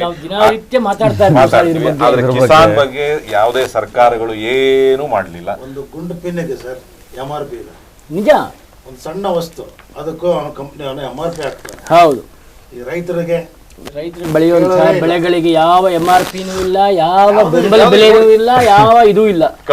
ಕಬ್ಬು ಬೆಳೆಗೆ ಒಂದು 100 ರೂಪಾಯಿ ಜಾಸ್ತಿ ಮಾಡೋದಕ್ಕೆ ಎಷ್ಟು ಹೋರಾಟ ಮಾಡಬೇಕಾಗಿತ್ತು ಸರ್. ಅದೆಲ್ಲವೂ ಎಲ್ಲ ಶುಗರ್ ಕೇನ್ ಫ್ಯಾಕ್ಟ್ರಿಗಳೆಲ್ಲವೂ ರಾಜಕೀಯ ವ್ಯಕ್ತಿಗಳದ್ದಲ್ವಾ ಸರ್? ಖಂಡಿತ. ಅವರು ಅದನ್ನ ಮಾಡೋದಕ್ಕೆ ಎಲ್ಲಿ ಬಿಡ್ತಾರೆ ಸರ್? ಅದಕ್ಕೆ ಮೊನ್ನೆ ಒಬ್ರು ವಿಡಿಯೋ ಹಾಕಿದ್ರು, ಅದರಿಂದ ಎಷ್ಟು ಲಾಭ ಇದೆ. ಬರೀ ಕಬ್ಬಿಂದ ಅದ್ರ ಬರುವಂತ ಕಾಕಂಬಿ ಸಿಪ್ಪೆ ಇದನ್ನೆಲ್ಲ ನಿಜವಾಗ್ಲೂ ರೈತರಿಗೆ ಒಂದ್ 12,000 ರೂಪಾಯಿ ಮೇಲ್ ಕೊಡ್ಬೇಕು ಟನ್ನಿಗೆ ಅಂತ ಹೇಳಿ ಆತ ಒಂದು ರೈತನೇ ಒಬ್ಬ ವಿಡಿಯೋ ಮಾಡಿ ಹಾಕಿದ್ದ ಒಬ್ಬ. ಸೊ ಸನ್ಮಾನ್ಯ ಉಪಮುಖ್ಯಮಂತ್ರಿಗಳು ಪ್ರೆಸ್ ಕ್ಲಬ್ಗೆ ಬೆಂಗಳೂರು 1 ಎಕರೆ ಜಾಗ ಕೊಡ್ತೀನಿ ಅಂತ ಹೇಳಿದ್ದಾರೆ. ಆ ಕಾರಣ ಏನು ಅಂತ ಅಂದ್ರೆ, ಮಾಧ್ಯಮಕ್ಕೆ ಹೊಸ ರೂಪ ನೀಡಲು ತರಬೇತಿ ಶಾಲೆ ಆರಂಭಿಸಲು ಪ್ರೆಸ್ ಕ್ಲಬ್ಗೆ ಸರ್ಕಾರದಿಂದ 1 ಎಕರೆ ಜಮೀನು ಕೊಡ್ತೀನರಪ್ಪ. ಜಮೀನು ಕೊಟ್ರ ಜೊತೆಗೆ ಸ್ವಲ್ಪ ಹಣ ಸಹಾಯನೂ ಮಾಡಲಿ. ಯಾಕೆಂದ್ರೆ ಬಿಲ್ಡಿಂಗ್ ಕಟ್ಟಿ ಯಾಕೆಂದ್ರೆ ಇಲ್ಲಾಂದ್ರೆ ಅದು ಆಗಲ್ಲ, ಕಷ್ಟ ಆಗುತ್ತೆ. ಸ್ವತಃ ಒಳ್ಳೆ ನಿರ್ಧಾರ ಇದು. ಆದರೆ ನಮ್ಮ ಮಾಧ್ಯಮ ಕ್ಷೇತ್ರದಲ್ಲಿ ಇನ್ನೂ ಯುವ ಪ್ರತಿಭೆಗಳು, ಯುವಕರು ಬಂದು ಅಲ್ಲಿ ಟ್ರೈನಿಂಗ್ ತಗೊಂಡು ಬೆಳೆಯೋದಕ್ಕೆ ತುಂಬಾ ಅನುಕೂಲ ಆಗುತ್ತೆ. ನಿಜ. ಇನ್ನೊಂದು ಬಾಂಗ್ಲಾದೇಶದ ಒಂದು ಸುದ್ದಿ. ಬೇಗಂ ಖಲೀದಾ ಜಿಯಾ ನಿಧನ ಆಗಿದ್ದಾರೆ. ಅಂದರೆ ಭಾರತ ವಿರೋಧಿ BNP ನಾಯಕಿ ಇವರು ಬಾಂಗ್ಲಾದೇಶದ ಮೊದಲ ಮಹಿಳಾ ಪ್ರಧಾನಿ ಆಗಿದ್ದರಂತೆ. ಸೊ ಅವರು ಇವತ್ತು ನಿಧನ ಹೊಂದಿದ್ದಾರೆ. ಪುತ್ರ ತಾರಿಕ್ ರೆಹಮಾನ್ ಬಾಂಗ್ಲಾಗೆ ವಾಪಸ್ಸಾದ ಕೆಲವೇ ದಿನಗಳಲ್ಲಿ ತಾಯಿ ವಿಧಿವಶ ಜಿಯಾ ಉರ್ ರೆಹಮಾನ್ ಅವರ ಧರ್ಮಪತ್ನಿ ಇವರು. ಸೊ ಅವರು ವಿಧಿವಶ ಆಗಿದ್ದಾರೆ ಅನ್ನೋ ಒಂದು ಸುದ್ದಿ ಬಂದಿದೆ. ಅಂದ್ರೆ ನೋಡಿ, Sheikh Hasina she's pro India ಇದ್ದವರು ಶೇಖ್ ಹಸೀನಾ. ಹೌದು. ಆದ್ರೆ ಇವನು ಆಗ್ಲಿ ಈಗ ಇರುವಂತ ಅಯೂಬ್ ಅಂತ ಅನ್ಸುತ್ತೆ ಈಗ ಬಾಂಗ್ಲಾದೇಶದ, ಆತನು ಎಗೇನ್ಸ್ಟ್ ಭಾರತ. ಈಗ ಇವನು ಹೊಸದಾಗಿ ಬಂದಿದ್ದಾನೆ, ಮತ್ತೆ ರಾಜಕೀಯ ಕ್ರಾಂತಿಗಳೆಲ್ಲ ನಡೀತಾ ಇದೆ. ಈಗ ಫೆಬ್ರವರಿನಲ್ಲಿ ಸಾರ್ವತ್ರಿಕ ಚುನಾವಣೆ ನಡೀತಾ ಇದೆ. ಸೊ ಆ ಚುನಾವಣೆ ನಡೆಯೋದ್ರಲ್ಲಿ ಏನಾಗುತ್ತೆ ಗೊತ್ತಿಲ್ಲ. ಇದೆಲ್ಲ ಏನಂದ್ರೆ ಈಗ ಅವ್ರ ತಾಯಿ ತೀರೋಗಿರೋದು ಇನ್ನೊಂದು ಸಿಂಪತಿ ಕ್ರಿಯೇಟ್ ಆಗುತ್ತೆ. ಸೊ ಜನಗಳ ಎಲ್ಲೋ ಒಂದ್ ರೀತಿ ಆ ಸಿಂಪತಿ ರಾಜಕಾರಣ ಕೂಡ ಆಗುತ್ತೆ. ಇಲ್ಲಿ ಇನ್ನೊಂದು ವಿಷಯ ಇದೆ ಸರ್, ಹೇಳಿ. ಕಲಾವಿದರಿಗೆ ಒಂದು ಗುಡ್ ನ್ಯೂಸ್. ಸಹಾಯಧನಕ್ಕೆ ಅರ್ಜಿ ಸಲ್ಲಿಕೆಗೆ ಅವಧಿ ವಿಸ್ತರಣೆ. ನೋಂದಾಯಿತ ಕಲಾ ಸಂಘ ಸಂಸ್ಥೆಗಳು ಧನ ಸಹಾಯ ನೀಡಲು ಕಲಾವಿದರಿಗೆ ವಾದ್ಯ ಪರಿಕರ ವೇಷಭೂಷಣಗಳ ಖರೀದಿ ಸಹಾಯಧನಕ್ಕೆ ಅರ್ಜಿ ಸಲ್ಲಿಸುವ ದಿನಾಂಕವನ್ನು ಜನವರಿ 9ರವರೆಗೆ ವಿಸ್ತರಿಸಲಾಗಿದೆ. ಇದರ ಪ್ರಯೋಜನ ನೀವು ಪಡ್ಕೋಬಹುದು. ನೀವು ಇನ್ನೊಂದು ಮೋಸ್ಟ್ಲಿ CKP ಸಂತೆ ಏನೋ ಇಲ್ಲಿದೆ, ಇದು ಬಂದಿದೆ. ಅದು ಜನವರಿ 4ಕ್ಕೆ ಪ್ರಕೃತಿ ಪ್ರತಿಬಿಂಬಿಸುವ 23ನೇ ಚಿತ್ರಸಂತೆ. 1500 ಕಲಾವಿದರು ಭಾಗಿಯಾಗ್ತಾ ಇದ್ದಾರೆ. ಸೊ ಇದಕ್ಕೆ ಸೇವಾದಳ ಅವರ ಯೋಜನೆ ಅಧ್ಯಕ್ಷ ಬಿಲ್ಶಂಕರ್ ಅವರು ಹೇಳಿದ್ದಾರೆ. ಓಕೆ, ಇದಕ್ಕೆ ತುಂಬಾ ಒಂದಷ್ಟು ಈಗ ಅವರು ಏನು ಪ್ರಾರಂಭಿಕ ಕೆಲಸಗಳನ್ನ ಮಾಡ್ತಾ ಇದ್ದಾರೆ. ಸೊ CM ಮತ್ತೆ DCM ಉದ್ಘಾಟನೆ ಮಾಡ್ತಾರೆ ಜನವರಿ 4ನೇ ತಾರೀಕು ಬೆಳಗ್ಗೆಗೆ. ಓಕೆನಾ, ಇದಕ್ಕೆ ಫೀಡರ್ ಬಸ್ ವ್ಯವಸ್ಥೆ ಕೂಡ ಮಾಡ್ತಾ ಇದ್ದಾರೆ. ಈ ಚಿತ್ರಸಂತೆಗೆ ಅನುಕೂಲವಾಗುತ್ತದ ಜನಗಳು ಓಡಾಡ್ಲಿಕ್ಕೆ ಬರ್ಲಿಕ್ಕೆ ಮಾಡ್ಲಿಕ್ಕೆ ಫೀಡರ್ ಅಂದ್ರೆ ಮೆಟ್ರೋ ನಿಲ್ದಾಣಗಳಿಂದ. ಈಗ ನಮ್ಮ ಆಫೀಸ್ ಮೆಟ್ರೋ ಮಂತ್ರಿ ಮಾಲ್ ಇಂದನೂ ಒಂದು ಬಸ್ ಸಿಗುತ್ತೆ ನಿಮಗೆ, ಅಲ್ಲಿಂದ ವಿಧಾನಸೌಧ ಮೆಟ್ರೋ ಇಂದನೂ ಬಸ್ ಬಿಟ್ಟಿದ್ದಾರೆ. ಈಗ ಇಲ್ಲಿಗೆ ಹತ್ತಿರವಾಗಿರ್ತಕ್ಕಂಥ ಎಲ್ಲಾ ಮೆಟ್ರೋ ನಿಲ್ದಾಣಗಳಿಂದ ಫೀಡರ್ ಬಸ್ ವ್ಯವಸ್ಥೆಯನ್ನ ಮಾಡ್ತಾ ಇದ್ದಾರೆ. ತುಂಬಾ ಮತ್ತೆ ಬಗೆ ಬಗೆಯ ಕಲಾಕೃತಿಗಳು ಇಲ್ಲಿ ನಿಮಗೆ ದೊರೆಯುತ್ತಿದ್ದೇವೆ. ಎಲ್ಲರೂ ತಪ್ಪದೇ ಬಂದೇ ಬರ್ತಾರೆ ಬಿಡಿ. ಈ ಚಿತ್ರಸಂತೆ ಯಾವತ್ತೂ ಚೆನ್ನಾಗಿ ಆಗತ್ತೆ, ಯಾವತ್ತೂ ಚೆನ್ನಾಗಿ ಆಗಿಲ್ಲ ಅನ್ನೋ ಇದುವರೆಗೂ ಹಿಸ್ಟ್ರಿ ಇಲ್ಲ. ಪ್ರತಿ ಸಾರಿ ಅದು ಒಂದೊಂದು ಹೊಸ ರೂಪ ತಗೊಂಡು ದೊಡ್ಡ ಜಾತ್ರೆ ತರ ನಡೀತದೆ. ಅದು ಚಿತ್ರ ಜಾತ್ರೆಯನ್ನು ಕೂಡ ಇದು ನಿಜವಾಗ್ಲೂ ಹಬ್ಬ ಚೆನ್ನಾಗಿರುತ್ತೆ, ಸಂತೆ ಖುಷಿ ಆಗುತ್ತೆ. ಒಂದಷ್ಟು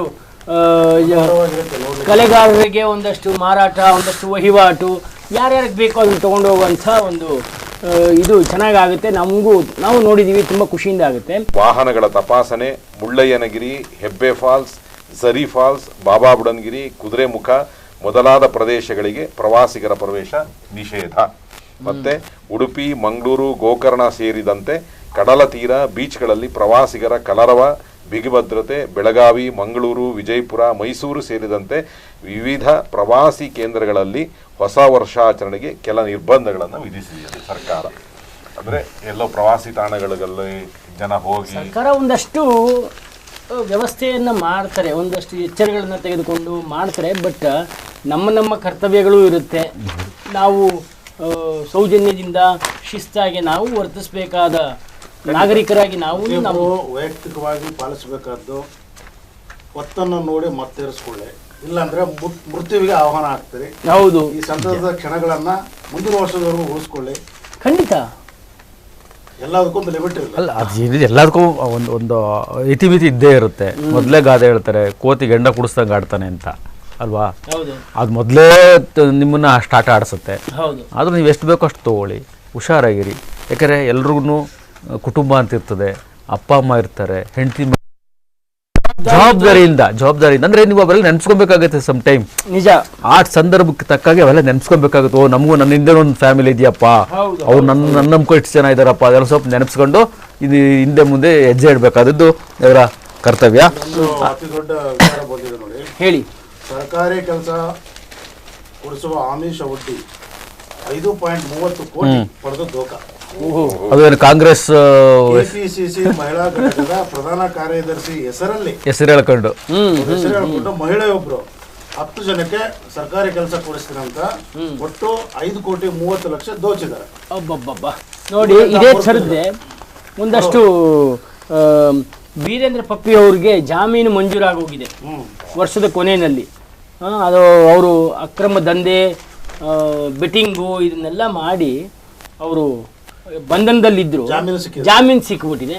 ಅವ್ರು ಕೆಸಿನೋ ಕೂಡ ನಡೆಸ್ತಾ ಇದ್ರು. ಹೌದು, ಬಹುಶಃ ಕೆಸಿನೋ ವರ್ಷಾಚರಣೆಗೋಸ್ಕರ ಅವ್ರು ಟೈಮಿಂಗ್ ಗೊತ್ತಿರುತ್ತೆ. ಸಿಕ್ಕಿದೆ. ಹೌದು ಹೌದು. ಅದ್ರ ಜೊತೆಗೆ ನಮ್ಮ ಸೊಸೈಟಿಗೆ ನಾವು ಏನು ಮೆಸೇಜ್ ಕೊಡ್ತೀವಿ ಅನ್ನೋದು ಬಹಳ ಮುಖ್ಯ ಆಗುತ್ತೆ. ಯಾಕೆ ಅಂದರೆ ಅವರೇನು ಭಾರತದ ಯುದ್ಧದಲ್ಲಿ ಗೆದ್ದು ಈಚೆ ಬರ್ತಾ ಇಲ್ಲ, ನಿಜ. ಅಥವಾ ಅವರೇನು ಏನೋ ದೇಶ ಸೇವೆ ಮಾಡಿ ಒಬ್ಬ ಅಪರಾಧ ಹಿನ್ನೆಲೆಯಿಂದ ಹೋಗಿ ಈಚೆ ಬರ್ತಾ ಇರ್ತಕ್ಕಂಥದ್ದು. ಈ ಸಂದರ್ಭದಲ್ಲಿ ನಾನು ನಿಜ ಬೇಸರ ಆಯ್ತು ಆ ಸುದ್ದಿ ಓದಿ. ಅವರ ಬೆಂಬಲಿಗರು ಪಟಾಕಿ ಹೊಡೆಯೋದೇನು, ಕೇಕೆ ಹಾಕೋದೇನು, ಗನೋ ಹಾರ ಹಾಕಿ ಅವ್ರನ್ನ ಬರಮಾಡ್ಕೊಂಡು, ಇದೆಲ್ಲ ಸಣ್ಣ ಮಕ್ಕಳ ಮನಸ್ಸಲ್ಲಿ ಏನಂತ ಓ ಜೈಲಿಗೆ ಹೋಗಿ ಬಂದ್ರೆ ನಮ್ಗೆ ಇಷ್ಟೆಲ್ಲ ಮರ್ಯಾದೆ ಸಿಗುತ್ತೆ ಅಲ್ಲ. ಇದು ನಾವು ಯಾಕಂದ್ರೆ ಮುಂದಿನ ಯುವಕರು ಪ್ರಜೆಗಳ ಬಗ್ಗೆ ನಾವು ಆಲೋಚನೆ ಮಾಡಿದಾಗ ಮಾತನ್ನ ಸರ್ ಸಂತೋಷ್ ಹೆಗಡೆ ಅವರು ಪ್ರತಿ ಸಾರಿ ಪ್ರತಿ ಸಂದರ್ಶನದಲ್ಲೂ ಹೇಳ್ತಾರೆ, ಎಲ್ಲವರೆಗೂ ಈ ಸಂಪ್ರದಾಯ ಜೈಲಿನಿಂದ ಹಿಂಗ್ ಬರ್ತಾರೆ, ಜೈಲಿನಿಂದ ತಮಟೆ ಹೊಡ್ಕೊಂಡು ಅವ್ರನ್ನ ವೆಲ್ಕಮ್ ಮಾಡ್ತಾರೆ, ಈ ಸಂಪ್ರದಾಯ ಹೋಗ್ಬೇಕು. ಈಗ ಅದನ್ನೇ ಒಂದು ಕ್ವಾಲಿಫಿಕೇಶನ್ ಅನ್ಕೊಂಡ್ಬಿಟ್ಟಿದೆ, ಆ ತರ ಆಗ್ಬಿಟ್ಟಿದೆ. ಸೊ ಹೇಳಿ ಸರ್, ಹೇಳಿ. ಅದ್ರ ಜೊತೆಗೆ ನೋಡಿ ಒಂದು ಒಳ್ಳೆ ಸುಭಾಷಿತ ಹೇಳಿದ್ದಾರೆ. ಯಾಕೆಂದ್ರೆ ನಾವೆಲ್ಲ ಈಗ 31 ಡಿಸೆಂಬರ್ ಬಗ್ಗೆ ಮಾತಾಡ್ತಾ ಇದೀವಿ. SV ರಂಗಣ್ಣ ಅನ್ನೋರು ಒಂದು ಒಳ್ಳೆ ಸುಭಾಷಿತ ಹೇಳಿದ್ರು, ಸಾಯುವುದು ಬಹಳ ಸುಲಭ, ಆದ್ರೆ ಬಾಳುವುದು ದೊಡ್ಡ ಹೊಣೆಗಾರಿಕೆ. ನಾವೆಲ್ಲ ಇಲ್ಲಿ ಕೂತು ಮಾತಾಡ್ತಾ ಇದೀವಿ ಅಂದ್ರೆ ನಮಗೆ ಆದಂತ ಕೆಲವೊಂದು ಜವಾಬ್ದಾರಿಗಳಿದೆ, ಹೌದಲ್ವಾ? ಈಗೆಲ್ಲೋ ಕುಡಿತಾರೆ, ಏನೋ ಮಾಡ್ತಾರೆ. ಈಗ ಸರ್ ಹೇಳ್ದಾಗೇನೆ ಈಗೆಲ್ಲೋ ಕುಡ್ದ ಏನೋ ಆಯ್ತು ಅಂತಂದ್ರೆ ಜವಾಬ್ದಾರಿ ಅವ್ರ ಮನೇಲಿ ಎಷ್ಟೆಲ್ಲ ಹೊಣೆಗಾರಿಕೆ ಇರುತ್ತೆ. ಏನೋ ಒಂದು ಕ್ಷಣದ ಆಸೆಗೋಸ್ಕರ ಬದುಕನ್ನೇ ಹಾಳು ಮಾಡ್ಕೊಂಡ್ರೆ. ಇಂದು ಪಂಡಿತ್ ಮಲ್ಲಿಕಾರ್ಜುನ್ ಮನ್ಸೂರ್ ಅವರ 115ನೇ ಜನ್ಮದಿನ. ತುಂಬಾ ಸಂತೋಷ. ಈಗ ಶುಭಾಶಯಗಳು ನಮ್ಮ ವಿಶ್ವಂ ಟಿವಿ ಕಡೆಯಿಂದ. ಹಾಗೆ ಇಲ್ಲೊಬ್ರು ಸಾವಿನಲ್ಲೂ ಕೂಡ ಒಂದು ಸಾರ್ಥಕತೆನ ಮೆರೆದಿದ್ದಾರೆ. ಮೊನ್ನೆ ರೀಸೆಂಟ್ ಆಗಿ ಒಂದು ಕಾರ್ ಆಕ್ಸಿಡೆಂಟ್ ಆಗಿತ್ತು. ಅದರಲ್ಲಿ 6 ಜನ ಕುಟುಂಬದಲ್ಲಿ 2 ಸ್ಪಾಟ್ ಡೆತ್ ಆಗಿದ್ರು, ಒಬ್ಬರನ್ನ ಹಾಸ್ಪಿಟಲ್ ಹಾಕಿದ್ರು. ಅವರು ಕೂಡ ಸಾವು ಬದುಕಿನ ಮಧ್ಯೆ ಹೋರಾಟ ಮಾಡ್ತಾ ಇದ್ರು. ಕೊನೆಗೆ ಡಾಕ್ಟರ್ ಅವ್ರನ್ನ ಬ್ರೈನ್ ಡೆಡ್ ಆಗಿದೆ ಅಂತೇಳಿ ಡಿಕ್ಲೇರ್ ಮಾಡಿದ್ದಾರೆ. ಆಗ ಅವರ ತಂಗಿ ಮತ್ತೆ ತಮ್ಮ ನಿಜಕ್ಕೂ ಒಳ್ಳೆ ಅಂದ್ರೆ ನಿರ್ಧಾರ ತಗೊಂಡು ಕಣ್ಣು, ಹೃದಯ, ಕಿಡ್ನಿ, ಲಿವರನ್ನ ದಾನ ಮಾಡಿದ್ದಾರೆ. ಸೊ ಅವರ ಆಕೆ ಹೆಸರು ಮೈತ್ರಿ ಅಂತ. ತುಂಬಾ ದೊಡ್ಡ ವಯಸ್ಸೇನಲ್ಲ, 39 ವರ್ಷ ವಯಸ್ಸಿನ ಒಂದು ಮಹಿಳೆ ಈ ಥರ ಬ್ರೈನ್ ಡೆಡ್ ಆಗಿದ್ದಾಗ ನಿಜಕ್ಕೂ ಅವ್ರೇನು ಹೇಳ್ತಾರೆ, ನಮ್ಮ ಅಕ್ಕ ತೀರ್ಕೊಂಡ್ರು ಅಂತ ನಮಗೆ ಸ್ವಲ್ಪ ನೋವಿದೆ, ಆದರೆ ಅಂಗಾಂಗಗಳೆಲ್ಲ ಅವರು ಸಾಯೋದು ಬೇಡ, ಏನೋ 4 ಜನಕ್ಕೆ ಇದರಿಂದ ಹೆಲ್ಪ್ ಆಯ್ತು ಅಂದ್ರೆ ನಮ್ಮ ಅಕ್ಕ ಇನ್ನೂ ಜೀವಂತ ಇದ್ದಾಳೆ ಅನ್ನೋದು ನಾವು ಭಾವನೆ. ಇದು ಪ್ರತಿಯೊಬ್ಬರ ಮನಸ್ಸಲ್ಲೂ ಇದು ಬರಬೇಕಾಗಿದೆ. ಹೌದು, ಯಾಕಂದ್ರೆ ಅಣ್ಣವರು ಡಾಕ್ಟರ್ ರಾಜ್ಕುಮಾರ್ ಅವತ್ತೇ ಕಣ್ಣು ನೇತ್ರದಾನ ಮಾಡಿ ಅಂತ ಅಭಿಯಾನ ಪ್ರಾರಂಭ ಮಾಡಿಸ್ತಾರೆ. ಈಗ ನೋಡಿ, ಈ ದೇಹ ಸತ್ತ ಮೇಲೆ ಅಷ್ಟೇ ಮುಗೀತದು. ಅದನ್ನು ನೀವು ಸುಡ್ತೀರಿ, ಬೆಂಕಿಗೆ ಹಾಕ್ತೀರಿ, ಏನೋ ಮಾಡ್ತೀರಿ. ಆದರೆ ನಾನಂತೂ ಖಂಡಿತ ನಿರ್ಧಾರ ಮಾಡಿದ್ದೇನೆ, ನನ್ನ ಕೊನೆಯ ಕಾಲದಲ್ಲಿ ನನ್ನ ದೇಹವನ್ನು ನಾನು ವೈಯಕ್ತಿಕ ತೀರ್ಮಾನ ಮಾಡಿದ್ದೇನೆ. ಅಟ್ಲೀಸ್ಟ್ ಆ ದೇಹದಿಂದ ಮುಂದೆ ಓದೋ ಹುಡುಗರುಗಳಿಗೆ ಹೆಲ್ಪ್ ಆಗುತ್ತೆ, ಅವರು ಕಲಿಯೋದಕ್ಕೆ ಅಭ್ಯಾಸ ಆಗುತ್ತೆ. ಪ್ರತಿಯೊಬ್ಬರು ಈ ನಿಟ್ಟಿನಲ್ಲಿ ಆಲೋಚನೆ ಮಾಡಬೇಕಾಗಿದೆ. ಶ್ರೀವತ್ಸ ಅವರೇ, ನೀವು ಈ ವಿಷಯವನ್ನು ಹೇಳ್ತಾ ವಿಜಯವಾಣಿನಲ್ಲಿ ಮರೆಯಾದ ಮಹನೀಯರು ಅನ್ನೋದೊಂದು ಕೊಟ್ಟಿದ್ದಾರೆ. ಸೊ 2025ರಲ್ಲಿ ನಮ್ಮನ್ನು ಅಗಲಿದ ಮಹಾನುಭಾವರ ಬಗ್ಗೆ ಒಂದಷ್ಟು ಅಂದರೆ ಚಿಕ್ಕದಾಗಿ ಯೋಚನೆ ಮಾಡೋದಾದರೆ SL ಭೈರಪ್ಪ ಅವರು ಹೋದರು, ಒಂದು ದೊಡ್ಡ ನಷ್ಟ. ಹಾಗೆ ಶಾಮನೂರು ಶಿಶನಪ್ಪನವರು, ರಾಜು ತಾಳಿಕೋಟೆ, ಯಶವಂತ್ ಸರ್ ದೇಶಪಾಂಡೆ, ರಾಕೇಶ್ ಪೂಜಾರಿ, ಆಮೇಲೆ ಚನ್ನಬಸವ ಸ್ವಾಮೀಜಿಗಳು, ಆಮೇಲೆ ಸಾಲು ಮರದ ತಿಮ್ಮಕ್ಕನವರು, MS ಉಮೇಶು, ಬ್ಯಾಂಕ್ ಜನಾರ್ದನ್ನು, ಸರೋಜಾದೇವಿ, ಬಿ ಸರೋಜಾದೇವಿ. ಸೊ ಹೀಗೆ ಹಲವಾರು ನಮ್ಮನ್ನು ಗಣ್ಯರು ಅಗಲಿದ್ದಾರೆ. ನಾವು ಇಡೀ ಭಾರತವನ್ನು ತಗೊಂಡ್ರೆ ನಟ ಧರ್ಮೇಂದ್ರ ಹೋಗಿದ್ದಾರೆ, ಮನೋಜ್ ಕುಮಾರು, ಹಾಗೆ ಕಾಮಿನಿ ಕೌಶಲ್ ಅಂತ, ಪಂಕಜ್ ಧೀರ್ ಅಂದರೆ ಕರ್ಣನ ಪಾತ್ರವನ್ನು, ಮಹಾಭಾರತದಲ್ಲಿ ಕರ್ಣನ ಪಾತ್ರವನ್ನು ಮಾಡಿದಂಥ ಪಂಕಜ್. ಸತೀಶ ತುಂಬ ಒಳ್ಳೆ ಕಾಮಿಡಿಯನ್ ಅವರು. ನಮ್ಮ ಕಾಲದಲ್ಲಿ ಸತೀಶ ಅಂದರೆ ನಮಗೆಲ್ಲ ತುಂಬ ಹಾಸ್ಯ ಪಾತ್ರಗಳಿಗೆ ಹೆಸರುವಾಸಿಯಾದಂಥವರು ಸತೀಶ. ಅವರು ನಮ್ಮನ್ನು ಅಗಲಿದ್ದಾರೆ. ಹೀಗೆ ಆಮೇಲೆ ಇನ್ನೂ ಒಂದು ಇಂಪಾರ್ಟೆಂಟು, ಗೋವರ್ಧನ್ ಅಜ್ರಾನಿ, ತುಂಬ ದೊಡ್ಡ ನಟ ಸರ್. ಈ ಅಜ್ರಾನಿ ಕೂಡ ಅವರು 2025ರಲ್ಲಿ ಹೋಗಿರೋದು. ಹೀಗೆ ಸಾಕಷ್ಟು ಮಹನೀಯರು ನಮ್ಮನ್ನು ಅಗಲಿದ್ದಾರೆ. ಅವ್ರನ್ನ ಜ್ಞಾಪಿಸ್ಕೊಂಡು ನಾವು ಮುಂದಿನ ಸುದ್ದಿಗೆ ಹೋಗೋದಾದರೆ, ದಾವಣಗೆರೆಯಲ್ಲಿ ನಾನು ಆರಂಭದಲ್ಲಿ ಹೇಳಿದಾಗೆ 100/110 ಅಡಿ ಜಾಗ ಪಾರ್ಕಿಗೆ, ಸರ್ಕಾರ ಜಾಗ ಪಾರ್ಕ್ ಅಂತ ನೇಮಿಸಿತ್ತು. ಸರಿ. ಅಲ್ಲಿ ಒಬ್ಬ ಭೂಪ ಅದನ್ನು ಆಕ್ರಮಿಸಿಕೊಂಡು ಅಪಾರ್ಟ್ಮೆಂಟ್ ನಿರ್ಮಿಸಿ ಸುಮಾರು 16 ಮನೆ ಬಾಡಿಗೆ ಕೊಟ್ಟಿದ್ದಾನೆ. ಈ ವಿಷಯ ಗಮನಕ್ಕೆ ಬಂದು ಈಗ ಸರ್ಕಾರದ ವತಿಯಿಂದ ವಿಜಯನಗರ ಬಡಾವಣೆಯಲ್ಲಿ ಅದಾಗಿರೋದು, ದಾವಣಗೆರೆ ಅದು ಡೆಮಾಲಿಷ್ಗೆ ಆರ್ಡರ್ ಮಾಡಿದ್ದಾರೆ. ಅಂದ್ರೆ ಒಂದು ಮಾದರಿ. ಯಾಕೆ ಅಂತಂದ್ರೆ ಇವರು ಯಾವ ಧೈರ್ಯದಲ್ಲಿ ಸರ್ಕಾರಿ ಜಾಗದಲ್ಲಿ, ಅದು ಪಾರ್ಕ್ ಜಾಗದಲ್ಲಿ ನೀವು ಅಪಾರ್ಟ್ಮೆಂಟ್ ಕಟ್ಟಿ ಇದು ಮಾಡ್ತಾನೆ. ಇಂಥವ್ರಿಗೆಲ್ಲ ಪಾರ್ಕ್ ಆದ್ರೆ ಎಷ್ಟು ಜನ ಎಷ್ಟು ಪಕ್ಷಿ ಪ್ರಾಣಿಗಳಿಗೆ ಇದಾಗುತ್ತೆ ಸರ್. ಬರೀ ಡೆಮಾಲಿಷನ್ ಅಲ್ಲ, ಅವನ ಹತ್ರ ದಂಡನೂ ವಸೂಲಿ ಮಾಡಬೇಕು. ಇಷ್ಟು ವರ್ಷ ಯೂಸ್ ಮಾಡ್ಕೊಂಡಿದ್ದಾನೆ, ಅತಿಕ್ರಮ. ಸರ್ ಅದನ್ನ ಡೆಮಾಲಿಷ್ ಮಾಡೋದ್ರಿಂದ ಎಂತ ತ್ಯಾಜ್ಯ ಸರ್ ಅದು. ಹೌದು, ಖಂಡಿತ. ಅದನ್ನು ಮೊನ್ನೆ ಚರ್ಚೆ ಮಾಡಿದ್ವಲ್ಲ, ಚರ್ಚೆ ಮಾಡ್ತಾ ಇದ್ವಿ. ಅದೆಷ್ಟು ತ್ಯಾಜ್ಯ ಅದೆಲ್ಲ ಇಟ್ಸ್ ನ್ಯಾಷನಲ್ ವೇಸ್ಟ್ ಅಲ್ವಾ ಸರ್? ಖಂಡಿತ. ಇವ್ರುಗಳಿಗೆಲ್ಲ ಯಾವ ಭಯ ಅಂಕೆ ಶಂಕೆ ಇಲ್ದಲೆ ಎಷ್ಟು ರಾಜಾರೋಷ.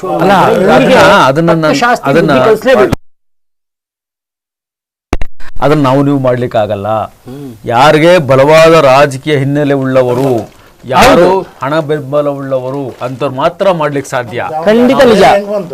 ಅದ್ ನೋಡಿ, ಅಂದ್ರೆ ಅಲ್ಲಿ ವ್ಯವಸ್ಥಿತವಾಗಿ ಮಾಡ್ಕೊಂಡಿರ್ತಾನ ಅವನು. ಅಂದ್ರೆ ಇಲ್ಲಿ ಏನಾಗಿದೆ, ಯಾರಿಗೋ ಏನೋ ಹಣಕಾಸಿನ ವಿಚಾರ ಏನೋ ಬಾಗಿ ಅಥವಾ ಇನ್ನೊಬ್ರು ಏನೋ ಆಗಿ ಇದು ಈಚೆ ಬಂದಿರ್ತದೆ ವಿಚಾರ ಅಷ್ಟೇ. ಈಗ ಇದನ್ನೆಲ್ಲ ಮಾಡುವಾಗ ನೀವು ಪರ್ಮಿಷನ್ ತಗೊಳಲ್ವಾ? ನಗರ ಪ್ರದೇಶಗಳಲ್ಲಿ ಅದನ್ನೇ ಹೇಳ್ತಾರೆ, ಎಲೆಕ್ಟ್ರಿಸಿಟಿ ಹೆಂಗ್ ಬಂತು, ಪ್ಲಾನಿಂಗ್ ಹೆಂಗ್ ಮಾಡಿ. ಅಂದ್ರೆ ನಾನು ಹೇಳ್ತಾ ಇರೋದು ಇವೆಲ್ಲ ವ್ಯವಸ್ಥಿತವಾಗಿರ್ತವೆ. ಕಾಂಚಾಣ ಕಾರ್ಯಸಿದ್ಧಿ. ದುಡ್ಡು ಒಂದಿತ್ತಂದ್ರೆ ಏನ್ ಬೇಕಾದ್ರೂ ಮಾಡಬಹುದು ಅನ್ನೋದು ಪದೇ ಪದೇ ನಿರೂಪಣೆ ಆಗ್ತಾನೆ ಇದೆ. ನೋಡಿ, ಈಗ ಅದಕ್ಕೆ ಸಂಬಂಧಪಟ್ಟಾಗೆ ನಾವೆಲ್ಲ ದಿನಪತ್ರಿಕೆ ಕೈಯಲ್ಲಿ ಇಟ್ಕೊಂಡಿದ್ದೇವೆ. ಈಗ ಉತ್ತರ ಪ್ರದೇಶದ ಸರ್ಕಾರ ಶಾಲೆಗಳಲ್ಲಿ ಮಕ್ಕಳಿಗೆ ಕಡ್ಡಾಯವಾಗಿ ದಿನಪತ್ರಿಕೆಯನ್ನ ಓದಿಸ್ಬೇಕು. ನಾವು ಇದನ್ನ ಆಲ್ಮೋಸ್ಟ್ ಒಂದು 3-4 ದಿನ ಹೇಳಿದ್ವಿ, ಚರ್ಚೆ ಮಾಡಿದ್ವಿ. ಇದು ಕಡ್ಡಾಯ ನಮ್ಮಲ್ಲೂ ಆಗಬೇಕು. ಉತ್ತರ ಪ್ರದೇಶದಲ್ಲಿ ಎಲ್ಲಾ ಶಾಲೆಗಳು ದಿನಪತ್ರಿಕೆಗಳನ್ನು ಓದೋ ಸಮಯವನ್ನು ನಿಗದಿ ಮಾಡ್ತಿದ್ದಾರೆ. ನಾವು ಇದ್ರ ಬಗ್ಗೆ ಒಂದು 3-4 ದಿವಸ ಆದ್ರೂ ಹೇಳಿದೀವಲ್ಲ, ಆಮೇಲೆ ನಮ್ಮಲ್ಲೂ ಆಗಬೇಕು ಅನ್ನೋದು ನಮ್ಮೆಲ್ಲರ ಕೂಗು ಅಭಿಪ್ರಾಯ ಅಲ್ಲ, ಕೂಗು.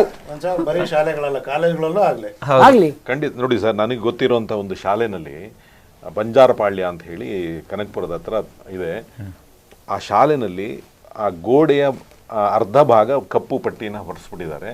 ಮಕ್ಕಳ ಕೈನಲ್ಲಿ ಬರ್ಸ್ತಾರೆ ಪ್ರತಿದಿನ. ಫುಲ್ಲು ಗೋಡೆ ತುಂಬಾ ಬರೀ ನ್ಯೂಸ್ ಪೇಪರ್ ಹ್ಯಾಂಡ್ ರೈಟಿಂಗ್ ಅಲ್ಲಿ ಬರ್ಸ್ತಾರೆ, ಮಕ್ಳ ಕೈಯಲ್ಲಿ ಬರ್ಸ್ತಾರೆ. ಅದ್ಭುತವಾದ ಹ್ಯಾಂಡ್ ರೈಟಿಂಗು. ಯಾರಿಗೆಲ್ಲ ಒಂದು ಸರಿ ನಮ್ಮ ಓದುಗರು ನೋಡ್ತಾ ಇದ್ದೀರಾ, ಕೇಳ್ತಾ ಇದ್ದೀರಾ ಶ್ರೋತೃಗಳು, ಒಂದು ಸರಿ ಆ ಶಾಲೆಗೆ, ಸರ್ಕಾರಿ ಶಾಲೆ ಅದು, ನೀವು ವಿಸಿಟ್ ಮಾಡಿದ್ರೆ ಇವು ಡೆಫಿನೆಟ್ಲಿ ಈ ತರ ಶಿಕ್ಷಕರಿದಾರ, ಈ ತರ ಶಾಲೆ ಇದೆಯಾ ಅಂತ ಹೇಳಿ ನಿಮಗೂ ಕೂಡ ಆಶ್ಚರ್ಯ ಆಗುತ್ತೆ. ಒಂದ್ಸರಿ ವಿಸಿಟ್ ಮಾಡಬೇಕು ಸರ್. ಈ ತರ ವಿಷಯಗಳು ನಮ್ಮ ದಿನಪತ್ರಿಕೆಗಳಲ್ಲಾಗ್ಲಿ ಅಥವಾ ಎಲೆಕ್ಟ್ರಾನಿಕ್ ಮೀಡಿಯಾಗಳಲ್ಲಾಗ್ಲಿ ಬರೋದೇ ಇಲ್ಲ. ಅಂದರೆ ತುಂಬ ಒಳ್ಳೊಳ್ಳೆ ಕೆಲಸಗಳಂತೂ ಆಗ್ತಾ ಇರ್ತವೆ. ಎಸ್ಪೆಷಲಿ ನನಗಂತೂ ಈ ದಕ್ಷಿಣ ಕರ್ನಾಟಕ ಶಾಲೆಗಳಿದೆ, ಕನ್ನಡ ಶಾಲೆಗಳು ನಿಜಕ್ಕೂ ಒಳ್ಳೊಳ್ಳೆ ಕೆಲಸಗಳು ಮಾಡ್ತಿರ್ತಾರೆ ಸರ್. ಅವುಗಳನ್ನು ನೋಡೋದಕ್ಕೆ ಒಂದು ಖುಷಿ ಆಗುತ್ತೆ.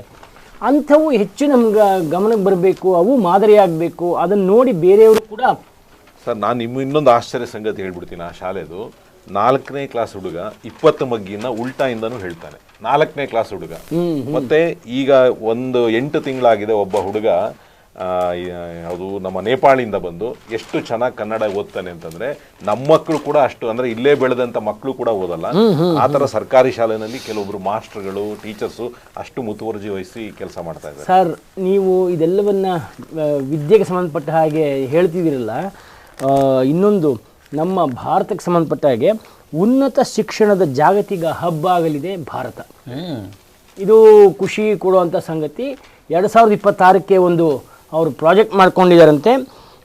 ದೇಶದಿಂದ ಪ್ರತಿಭಾ ಪಲಾಯನ ತಡೆಯಲು ಮತ್ತು ವಿದೇಶಿ ವಿದ್ಯಾರ್ಥಿಗಳನ್ನು ಆಕರ್ಷಿಸೋಕೆ ನೀತಿ ಆಯೋಗ ಮಹತ್ವದ ಯೋಜನೆಯನ್ನು ಹಾಕಿಕೊಂಡಿದೆ.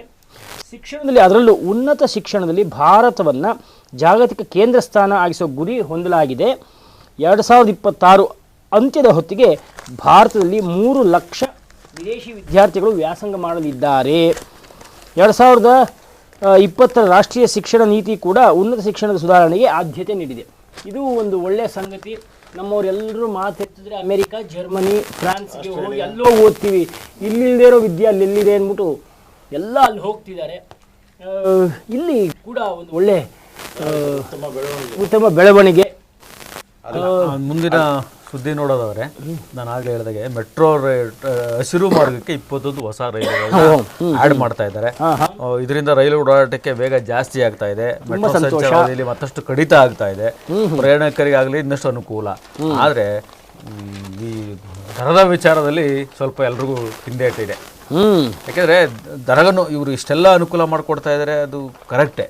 ಆದರೆ ಜನಸಾಮಾನ್ಯರಿಗೆ ತುಂಬ ಕಷ್ಟ ಆಗ್ತಾ ಇದೆ. ಈ ಒಂದು ದರದ ಈ ಏನು ರೇಟ್ ಇದೆ, ಇವರು ಪ್ರಯಾಣದ ವೆಚ್ಚ ತುಂಬ ಜಾಸ್ತಿ ಆಗ್ತಾ ಇದೆ.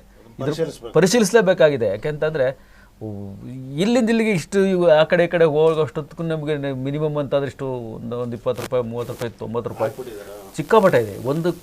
ಒಂದು ಕಡೆಯಿಂದ ಇನ್ನೊಂದು ಕಡೆ ಈ ಎಂಡಿಂದ ಆ ಎಂಡಿಗೆ ಹೋಗ್ಬೇಕು ಅಂದರೆ ನಿಮಗೆ ಆಲ್ಮೋಸ್ಟ್ 60ರಿಂದ 80 ರೂಪಾಯಿ, 90 ರೂಪಾಯಿ ಬೀಳ್ತಾ ಇದೆ.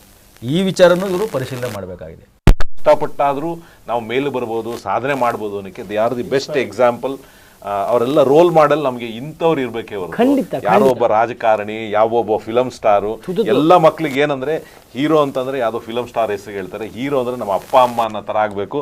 ಇಂಥ ಮಹಾಂತೇಶ್ ಬೀಳಗಿ ಅನ್ನೋರು ನಮ್ಮ ಹೀರೋಗಳಾಗಿ. ಹೋಮ್ ಸ್ಟೇಗಳಿಂದ ಗ್ರಾಮೀಣ ಪ್ರವಾಸೋದ್ಯಮ ಉತ್ತೇಜನ ಅಂತ ಸತ್ಯ. ಕಮರ್ಷಿಯಲ್ ಆಗಿ ಆ ಕುಟುಂಬಗಳು ಬದುಕೋಕೆ ಒಂದು ಹಾದಿ ಆಗುತ್ತೆ. ಮತ್ತು ಇಲ್ಲಿಂದ ಹೋಗೋ ಪ್ರವಾಸಿಗರಿಗೆ ಕಡಿಮೆ ಬೆಲೆಯಲ್ಲೇ ಒಂದು ಸ್ಟೇ ಸಿಗುತ್ತೆ. ಅಂದರೆ ಮನೆ ವಾತಾವರಣ ಇರುತ್ತೆ, ಹೋಮ್ಲಿ ಅಟ್ಮಾಸ್ಫಿಯರ್ ಇರುತ್ತೆ. ಅದು ನಿಜವಾಗ್ಲೂ ಅದು ಹೋಮ್ ಸ್ಟೇ ಎಲ್ಲ ಸಾಕಷ್ಟು ಇತ್ತೀಚೆಗೆ ಅಂದರೆ ಒಂದು 8-10 ವರ್ಷಗಳಿಂದ ಅದು ತುಂಬ ಪ್ರಚಲಿತದಲ್ಲಿ ಇದೆ, ಪೀಕಲ್ಲಿದೆ. ಅದು ಒಳ್ಳೆಯ ಉದ್ಯಮ, ಒಂದು ಉದ್ಯಮನೇ ಆಗಿದೆ ಅದು ಹೋಮ್ ಸ್ಟೇ ಉದ್ಯಮ. ಇನ್ನೊಂದು ದುರಂತದ ಒಂದು ಸಂಗತಿ ಅಂದರೆ ಗೊತ್ತಿತ್ತು, ನೆನ್ನೆಲ್ಲ ನಾವು ಝೀರೋ ಟ್ರಾಫಿಕ್ ಬಗ್ಗೆ ಮಾತಾಡಿದ್ವಿ. ಒಂದು ನವಜಾತ ಶಿಶು ಕರುಳು ಹೊರಗಡೆ ಮಾತಾಡಿದ್ವಲ್ಲ, ಆ ಮಗು ಚಿಕಿತ್ಸೆ ಫಲಿಸದೆ ತೀರ್ಕೊಂಡ್ಬಿಟ್ಟಿದೆ. ಆದರೆ ಅಷ್ಟೂ ಜನಗಳ ಶ್ರಮ ಕೂಡ ವ್ಯರ್ಥ ಅನ್ನೋದಕ್ಕಿಂತ ಅವ್ರ ಪ್ರಯತ್ನ ಅವ್ರು ಮಾಡಿದ್ದಾರೆ. ಮೇಲೆ ಇರತಕ್ಕಂಥ ವ್ಯಕ್ತಿಗೆ ಬರೆದು ಕಳಿಸಿರ್ತಾರೆ, ಅದಂಗಾಗಿದೆ. ಸೊ ಅದ್ರ ಜೊತೆಗೆ ಇನ್ನೊಂದು ನಾವು ಆಗ್ಲೇ ಡ್ರಗ್ಸ್ ಬಗ್ಗೆ ತುಂಬಾನೇ ಮಾತಾಡ್ತಾ ಇದ್ವಿ. ಇದು ತುಂಬಾ ಹೆಂಗೆ ಸ್ಪ್ರೆಡ್ ಆಗ್ತಾ ಇದೆ ಇದಕ್ಕೆ ಅನ್ನೋದಕ್ಕೆ ಮಂಡ್ಯದಂತ ನಗರದಲ್ಲಿ ಕೂಡ, ಮಂಡ್ಯ ವಿವಿ ಕ್ರೀಡಾಂಗಣದಲ್ಲಿ ಹೊಸದಾಗಿ ಒಂದು ಅಲ್ಲಿ ಬಿಲ್ಡ್ ಮಾಡ್ತಾ ಇದ್ದಾರೆ. ಅಲ್ಲಿ ಡ್ರಗ್ಸ್ ಅನ್ನು ಯೂಸ್ ಮಾಡಿರ್ತಕ್ಕಂಥ ಸಿರಿಂಜ್ಗಳು ಕೂಡ ಪತ್ತೆಯಾಗಿದ್ದಾವೆ. ಅದನ್ನ ವಿದ್ಯಾರ್ಥಿಗಳೇ ಮಾಡಿದಾರ, ಅಂಡರ್ ಕನ್ಸ್ಟ್ರಕ್ಷನ್ ಇರ್ತಕ್ಕಂಥ ಜಾಗ ಅದು, ಅವರೇ ಮಾಡಿದಾರ ಅಥವಾ ಬೇರೆ ಕಿಡಿಗೇಡಿಗಳು ಹೋಗಿ ಮಾಡಿದಾರ. ಅಂತೂ ಇಂತೂ ಮಂಡ್ಯಕ್ಕೂ ಡ್ರಗ್ಸ್ ಎಂಟ್ರಿ ಕೊಡ್ತಾ ಇದು ಇದು ಇದು ಸಮಾಜದ ಸ್ವಾಸ್ಥ್ಯವನ್ನ ಹಾಳು ಮಾಡ್ತಾ ಇದೆ. ಜೊತೆಗೆ ಈ ಕ್ಯಾನ್ಸರ್ ಗೆಡ್ಡೆ ಥರ ಕ್ಯಾನ್ಸರ್ ಥರ ಇದು ನಿಧಾನಕ್ಕೆ ತನ್ನ ಜಾಲನ ವಿಸ್ತಾರ ಮಾಡ್ಕೊಂಡು ಹೋಗ್ತಾ ಇದೆ. ಕೊಡ್ತಾ ಅನ್ನೋದಕ್ಕಿಂತ ಸರ್, ಪ್ರತಿ ಜಿಲ್ಲೆಯ ಜೈಲಲ್ಲೂ ಸಿಗುತ್ತೆ. ಅಲ್ಲ ಅಂದರೆ ಇಷ್ಟು ದಿವಸ ಹೆಂಗೋ ಕಣ್ಣಿಗೆ ಮರೆಯಾಗಿ ಯಾರೋ 1 or 2% ಆ ಥರ ಇತ್ತು. ಇದೀಗ ಮಾರ್ಕೆಟಲ್ಲಿ ಸಿಗೋ ವಸ್ತು ಆಗಿಬಿಟ್ಟಿದೆಯಲ್ಲ ಸರ್. ಇವಾಗ ಮಾರ್ಕೆಟ್ನಲ್ಲಿ ಕಿರಾಣಿ ಅಂಗಡಿಗಳಲ್ಲಿ ಸಿಗುತ್ತೆ ನೋಡಿ ನಿಮಗೆ. ಇನ್ನು ಮುಂದೆ ನೀವು ಯಾವ ರೀತಿ ಸಿಗರೇಟು ಮತ್ತೊಂದು ಪಾನು ಗೀನು ಅಂಗಡಿಲಿ ತೊಗೊತೀರೋ ಅದೇ ರೀತಿ ಡ್ರಗ್ಸು ಕೂಡ ನಿಮಗೆ ಮುಂದೆ ಕಿರಾಣಿ ಅಂಗಡಿಯಲ್ಲಿ ಸಿಗೋದಿಲ್ಲ ಅನ್ನೋದಕ್ಕೆ ಏನು ಸಾಕ್ಷಿ? ಸಿಗುತ್ತೆ, ಸ್ವಲ್ಪ ವೆಯ್ಟ್ ಮಾಡಿ. ಈ ಸರ್ಕಾರದವರು ಅದನ್ನು ಕಟ್ಟುನಿಟ್ಟಾಗಿ ಕ್ರಮ ಕೈಗೊಂಡು ಅದರ ದಮನಕಾರಿ ಅಂಶ ಇಟ್ಕೊಂಡು ಅದನ್ನು ಒಡೆದ ಬಿಸಾಕಿದ ಕಾರಣಕ್ಕೆ ಯಾವುದೇ ಕಾರಣಕ್ಕೂ ಇದು ಸದ್ಯದಲ್ಲೇ ಮನೆಗೂ ಇದು ಹರಡುತ್ತೆ. ಖಂಡಿತ ಇದು ಸರ್ಕಾರದ ಜೊತೆಗೆ ಪೋಷಕರ ಹೊಣೆನೂ ಬಹಳ ಇಂಪಾರ್ಟೆಂಟ್. ನಾವು ಅದ್ರ ಬಗ್ಗೆ ಹೇಳ್ತಾನೆ ಇರ್ತೀವಿ ಸರ್. ಸರ್ಕಾರ ಯಾವುದೇ ಪಾಪ ಅವ್ರು ಮಾಡ್ತಾ ಇರ್ತಾರೆ. ಪೋಷಕರು ನಿಮಗೆ ಬೆಂಬಲ, ಆಮೇಲೆ ಪೋಷಕರು ಅವ್ರನ್ನ ಹಿಡಿದು ನನ್ನ ಮಗ ಏನು ಮಾಡ್ತಿದ್ದಾನೆ, ಎಲ್ಲಿ ಹೋಗ್ತಿದ್ದಾನೆ, ಎಲ್ಲಿ ಬರ್ತಿದ್ದಾನೆ, ಇದೆಲ್ಲ ಪೋಷಕರ ಪಾತ್ರ ತುಂಬ. ನಾರ್ತ್ ಸೈಡ್ ಹುಡುಗರೆಲ್ಲ ಬರ್ತಾರೆ ಎಜುಕೇಶನ್. ಹೌದು, ಯಾರು ಕಂಟ್ರೋಲ್ ಹೋಗಿ ಯಾರಿಲ್ಲ ಸರ್. ಅದೆಲ್ಲ ನಮಗೆ ನಾವು ಅದನ್ನು ಮಾತಾಡಿಬಿಟ್ಟಿದ್ದೀವಿ. ಈಗ ಬೆಂಗಳೂರಿನಲ್ಲಿ ಆಲ್ಮೋಸ್ಟು ನಾವೊಂದು 3-4% ಕನ್ನಡಿಗರು ಅವರು ಇವರು ಇದ್ದರೆ ಸಾಕು. ಇನ್ನು ಮಿಕ್ಕಿದ 94-95% ಅವರೇ ಇದ್ದಾರೆ ಸರ್. ಇವಾಗ ಅವ್ರನ್ನ ಯಾರು ಕಂಟ್ರೋಲ್ ಮಾಡೋದೇ ಕಷ್ಟ. ಅದನ್ನು ಏನಾರು ಮಾಡಲೇಬೇಕು ನಾವು. ಚಂಡಲ್ಲಿ ಗಾಂಜಾ ತುಂಬಿಸ್ಬಿಟ್ಟು ಜೈಲಿಗೆ ಗೋಡೆ ಮೇಲೆ ಹಿಂಗೆ ಎಸಿದ್ದಾರೆ. ಹೌದು ನೋಡಿ, ನಾವೆಲ್ಲ ನೋಡ್ತಿದ್ವಿ. ಬಂದಿಖಾನೆಗಳಲ್ಲಿ ಏನೇನು ಸಿಗಲ್ಲ ಎಲ್ಲ ಸಿಗುತ್ತೆ. ನಮ್ಮ ಕೊನೆಯ ಸುದ್ದಿಯನ್ನು ಅಂದರೆ ನಮ್ಮ ಕಾಲಾವಕಾಶ, ಸಣ್ಣದೊಂದು ಸುದ್ದಿ ಹೇಳ್ಬಿಡ್ತೀನಿ. ಯಾಕಂದ್ರೆ ಇದು ನಿನ್ನೆ ಎಲ್ಲ ನಾವು ಮಾತಾಡಿದ್ವಿ, ಸಹಕಾರ ಸಂಘಗಳ ಬಗ್ಗೆ ಮಾತಾಡ್ತಾ ಇದ್ವಿ. ಹೌದು, ಇದು ಹಗರಿಬೊಮ್ಮನಹಳ್ಳಿ BDCC ಬ್ಯಾಂಕ್ ಕ್ಷೇತ್ರಾಧಿಕಾರಿ ಕೆ ಮಂಜುನಾಥ್, ಫೀಲ್ಡ್ ಆಫೀಸರ್ ಕ್ಷೇತ್ರಾಧಿಕಾರಿ ಅಂದರೆ, ಇವ್ರ ಹತ್ರ 32 ಎಕರೆ ಜಮೀನು, 22 ಸೈಟು, 2 ಟ್ರ್ಯಾಕ್ಟ್ರು, 2 ಕಾರು, 246 ಗ್ರಾಮ್ ಚಿನ್ನ, 2.5 kg ಬೆಳ್ಳಿ. ಎಲ್ಲಿಂದ ನಿಮ್ಗೆ ಸಹಕಾರ ಸಂಘ ಉದ್ಧಾರ ಆಗುತ್ತೆ? ಎಲ್ಲಿಂದ ಉದ್ಧಾರ ಆಗುತ್ತೆ? ಅಲ್ಪತೃಪ್ತರು ನೋಡ್ರಿ, ಅಲ್ಲ ಇಷ್ಟು ನೀವು ಒಂದು ಬರೀ ಫೀಲ್ಡ್ ಆಫೀಸರ್, ಇವರು ಕ್ಷೇತ್ರಾಧಿಕಾರಿ. ಎಷ್ಟು ಭ್ರಷ್ಟಾಚಾರ ಅದ್ರ ಬಗ್ಗೆ ಮಾತಾಡ್ತಾ ಹೋದರೆ ಮಾತಾಡ್ತಾನೆ ಹೋಗ್ತಿರ್ತೀವಿ. ಸರ್, ಮಹಿಳಾ ಭಾರತ 5-0 ಕ್ಲೀನ್ ಸ್ವೀಪ್ ಮಾಡಿದೆ ನಿನ್ನೆ, ಅದೊಂದು ಖುಷಿ ಸಂಗತಿ. ಆಮೇಲೆ ವಿಶ್ವ ಬ್ಲಿಟ್ಸ್ ಚೆಸ್ನಲ್ಲಿ ಅರ್ಜುನ್ ಕಂಚಿಗೆ ತೃಪ್ತಿಯನ್ನು ಪಡಬೇಕಾಗತ್ತೆ. ಇದಿಷ್ಟು ಇವತ್ತಿನ ಒಂದಷ್ಟು ಸುದ್ದಿ ಗ್ಲಿಮ್ಸಸ್ಸು, ಒಂದಷ್ಟು ಮುಖ್ಯಾಂಶಗಳನ್ನು ನಾವು ಚರ್ಚೆ ಮಾಡಿದ್ದೇವೆ. ಸರ್ ಸೇತುರಾಮ್ ಸರ್, ನೀವು ಈ ಕಾರ್ಯಕ್ರಮಕ್ಕೆ